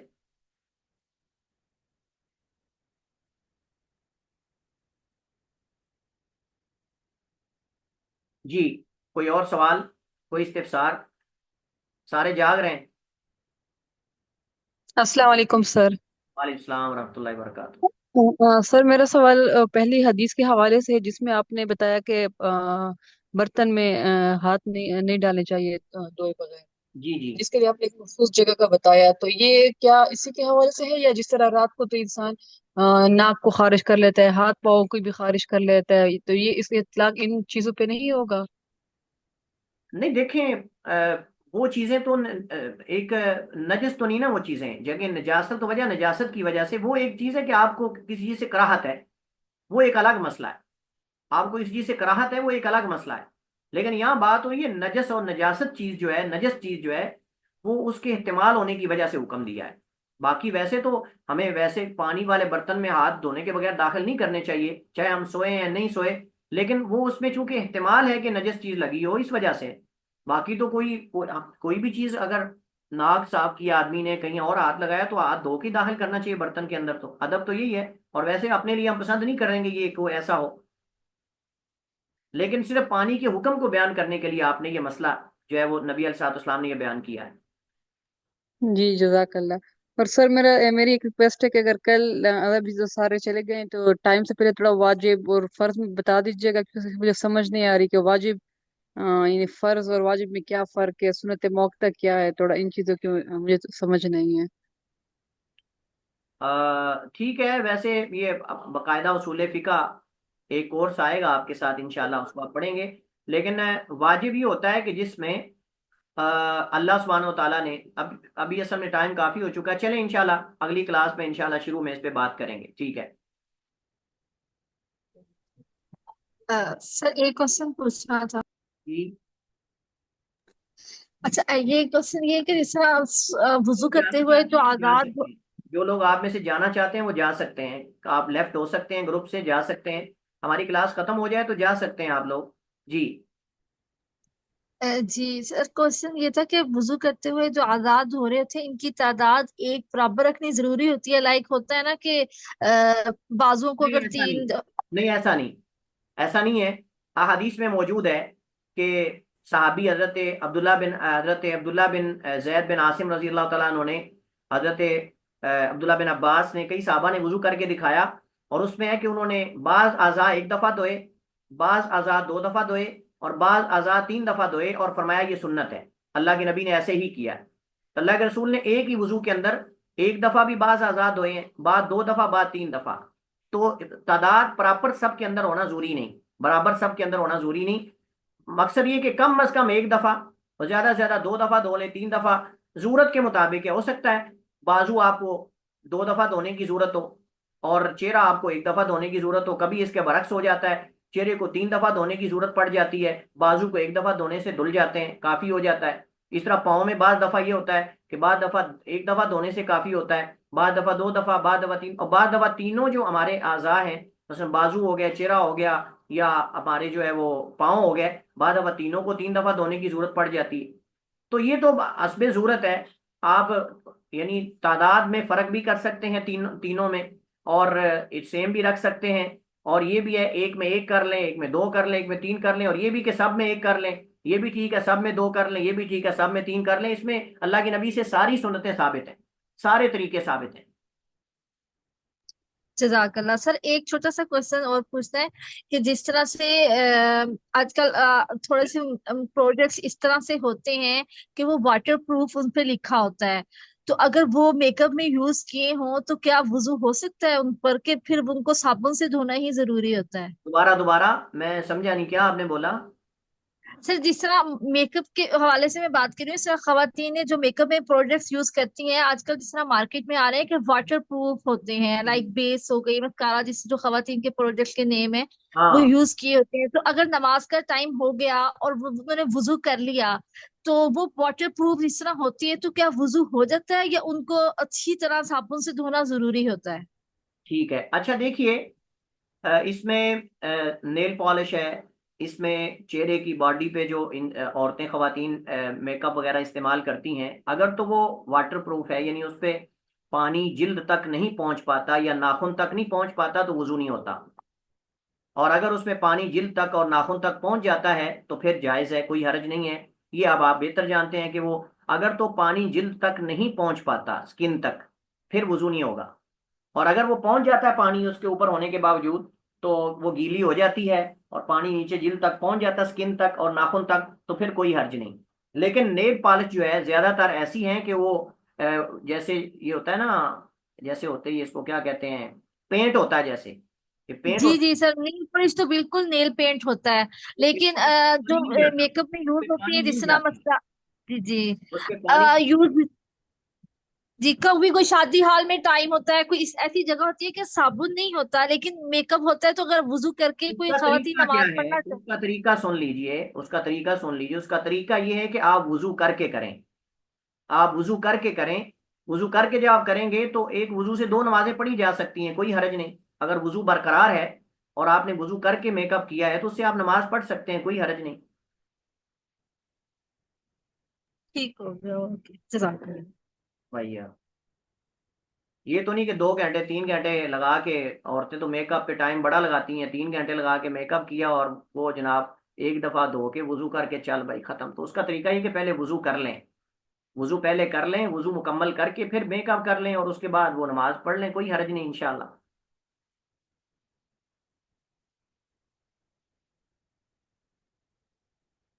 چلیے جی، السلام علیکم ورحمۃ اللہ وبرکاتہ۔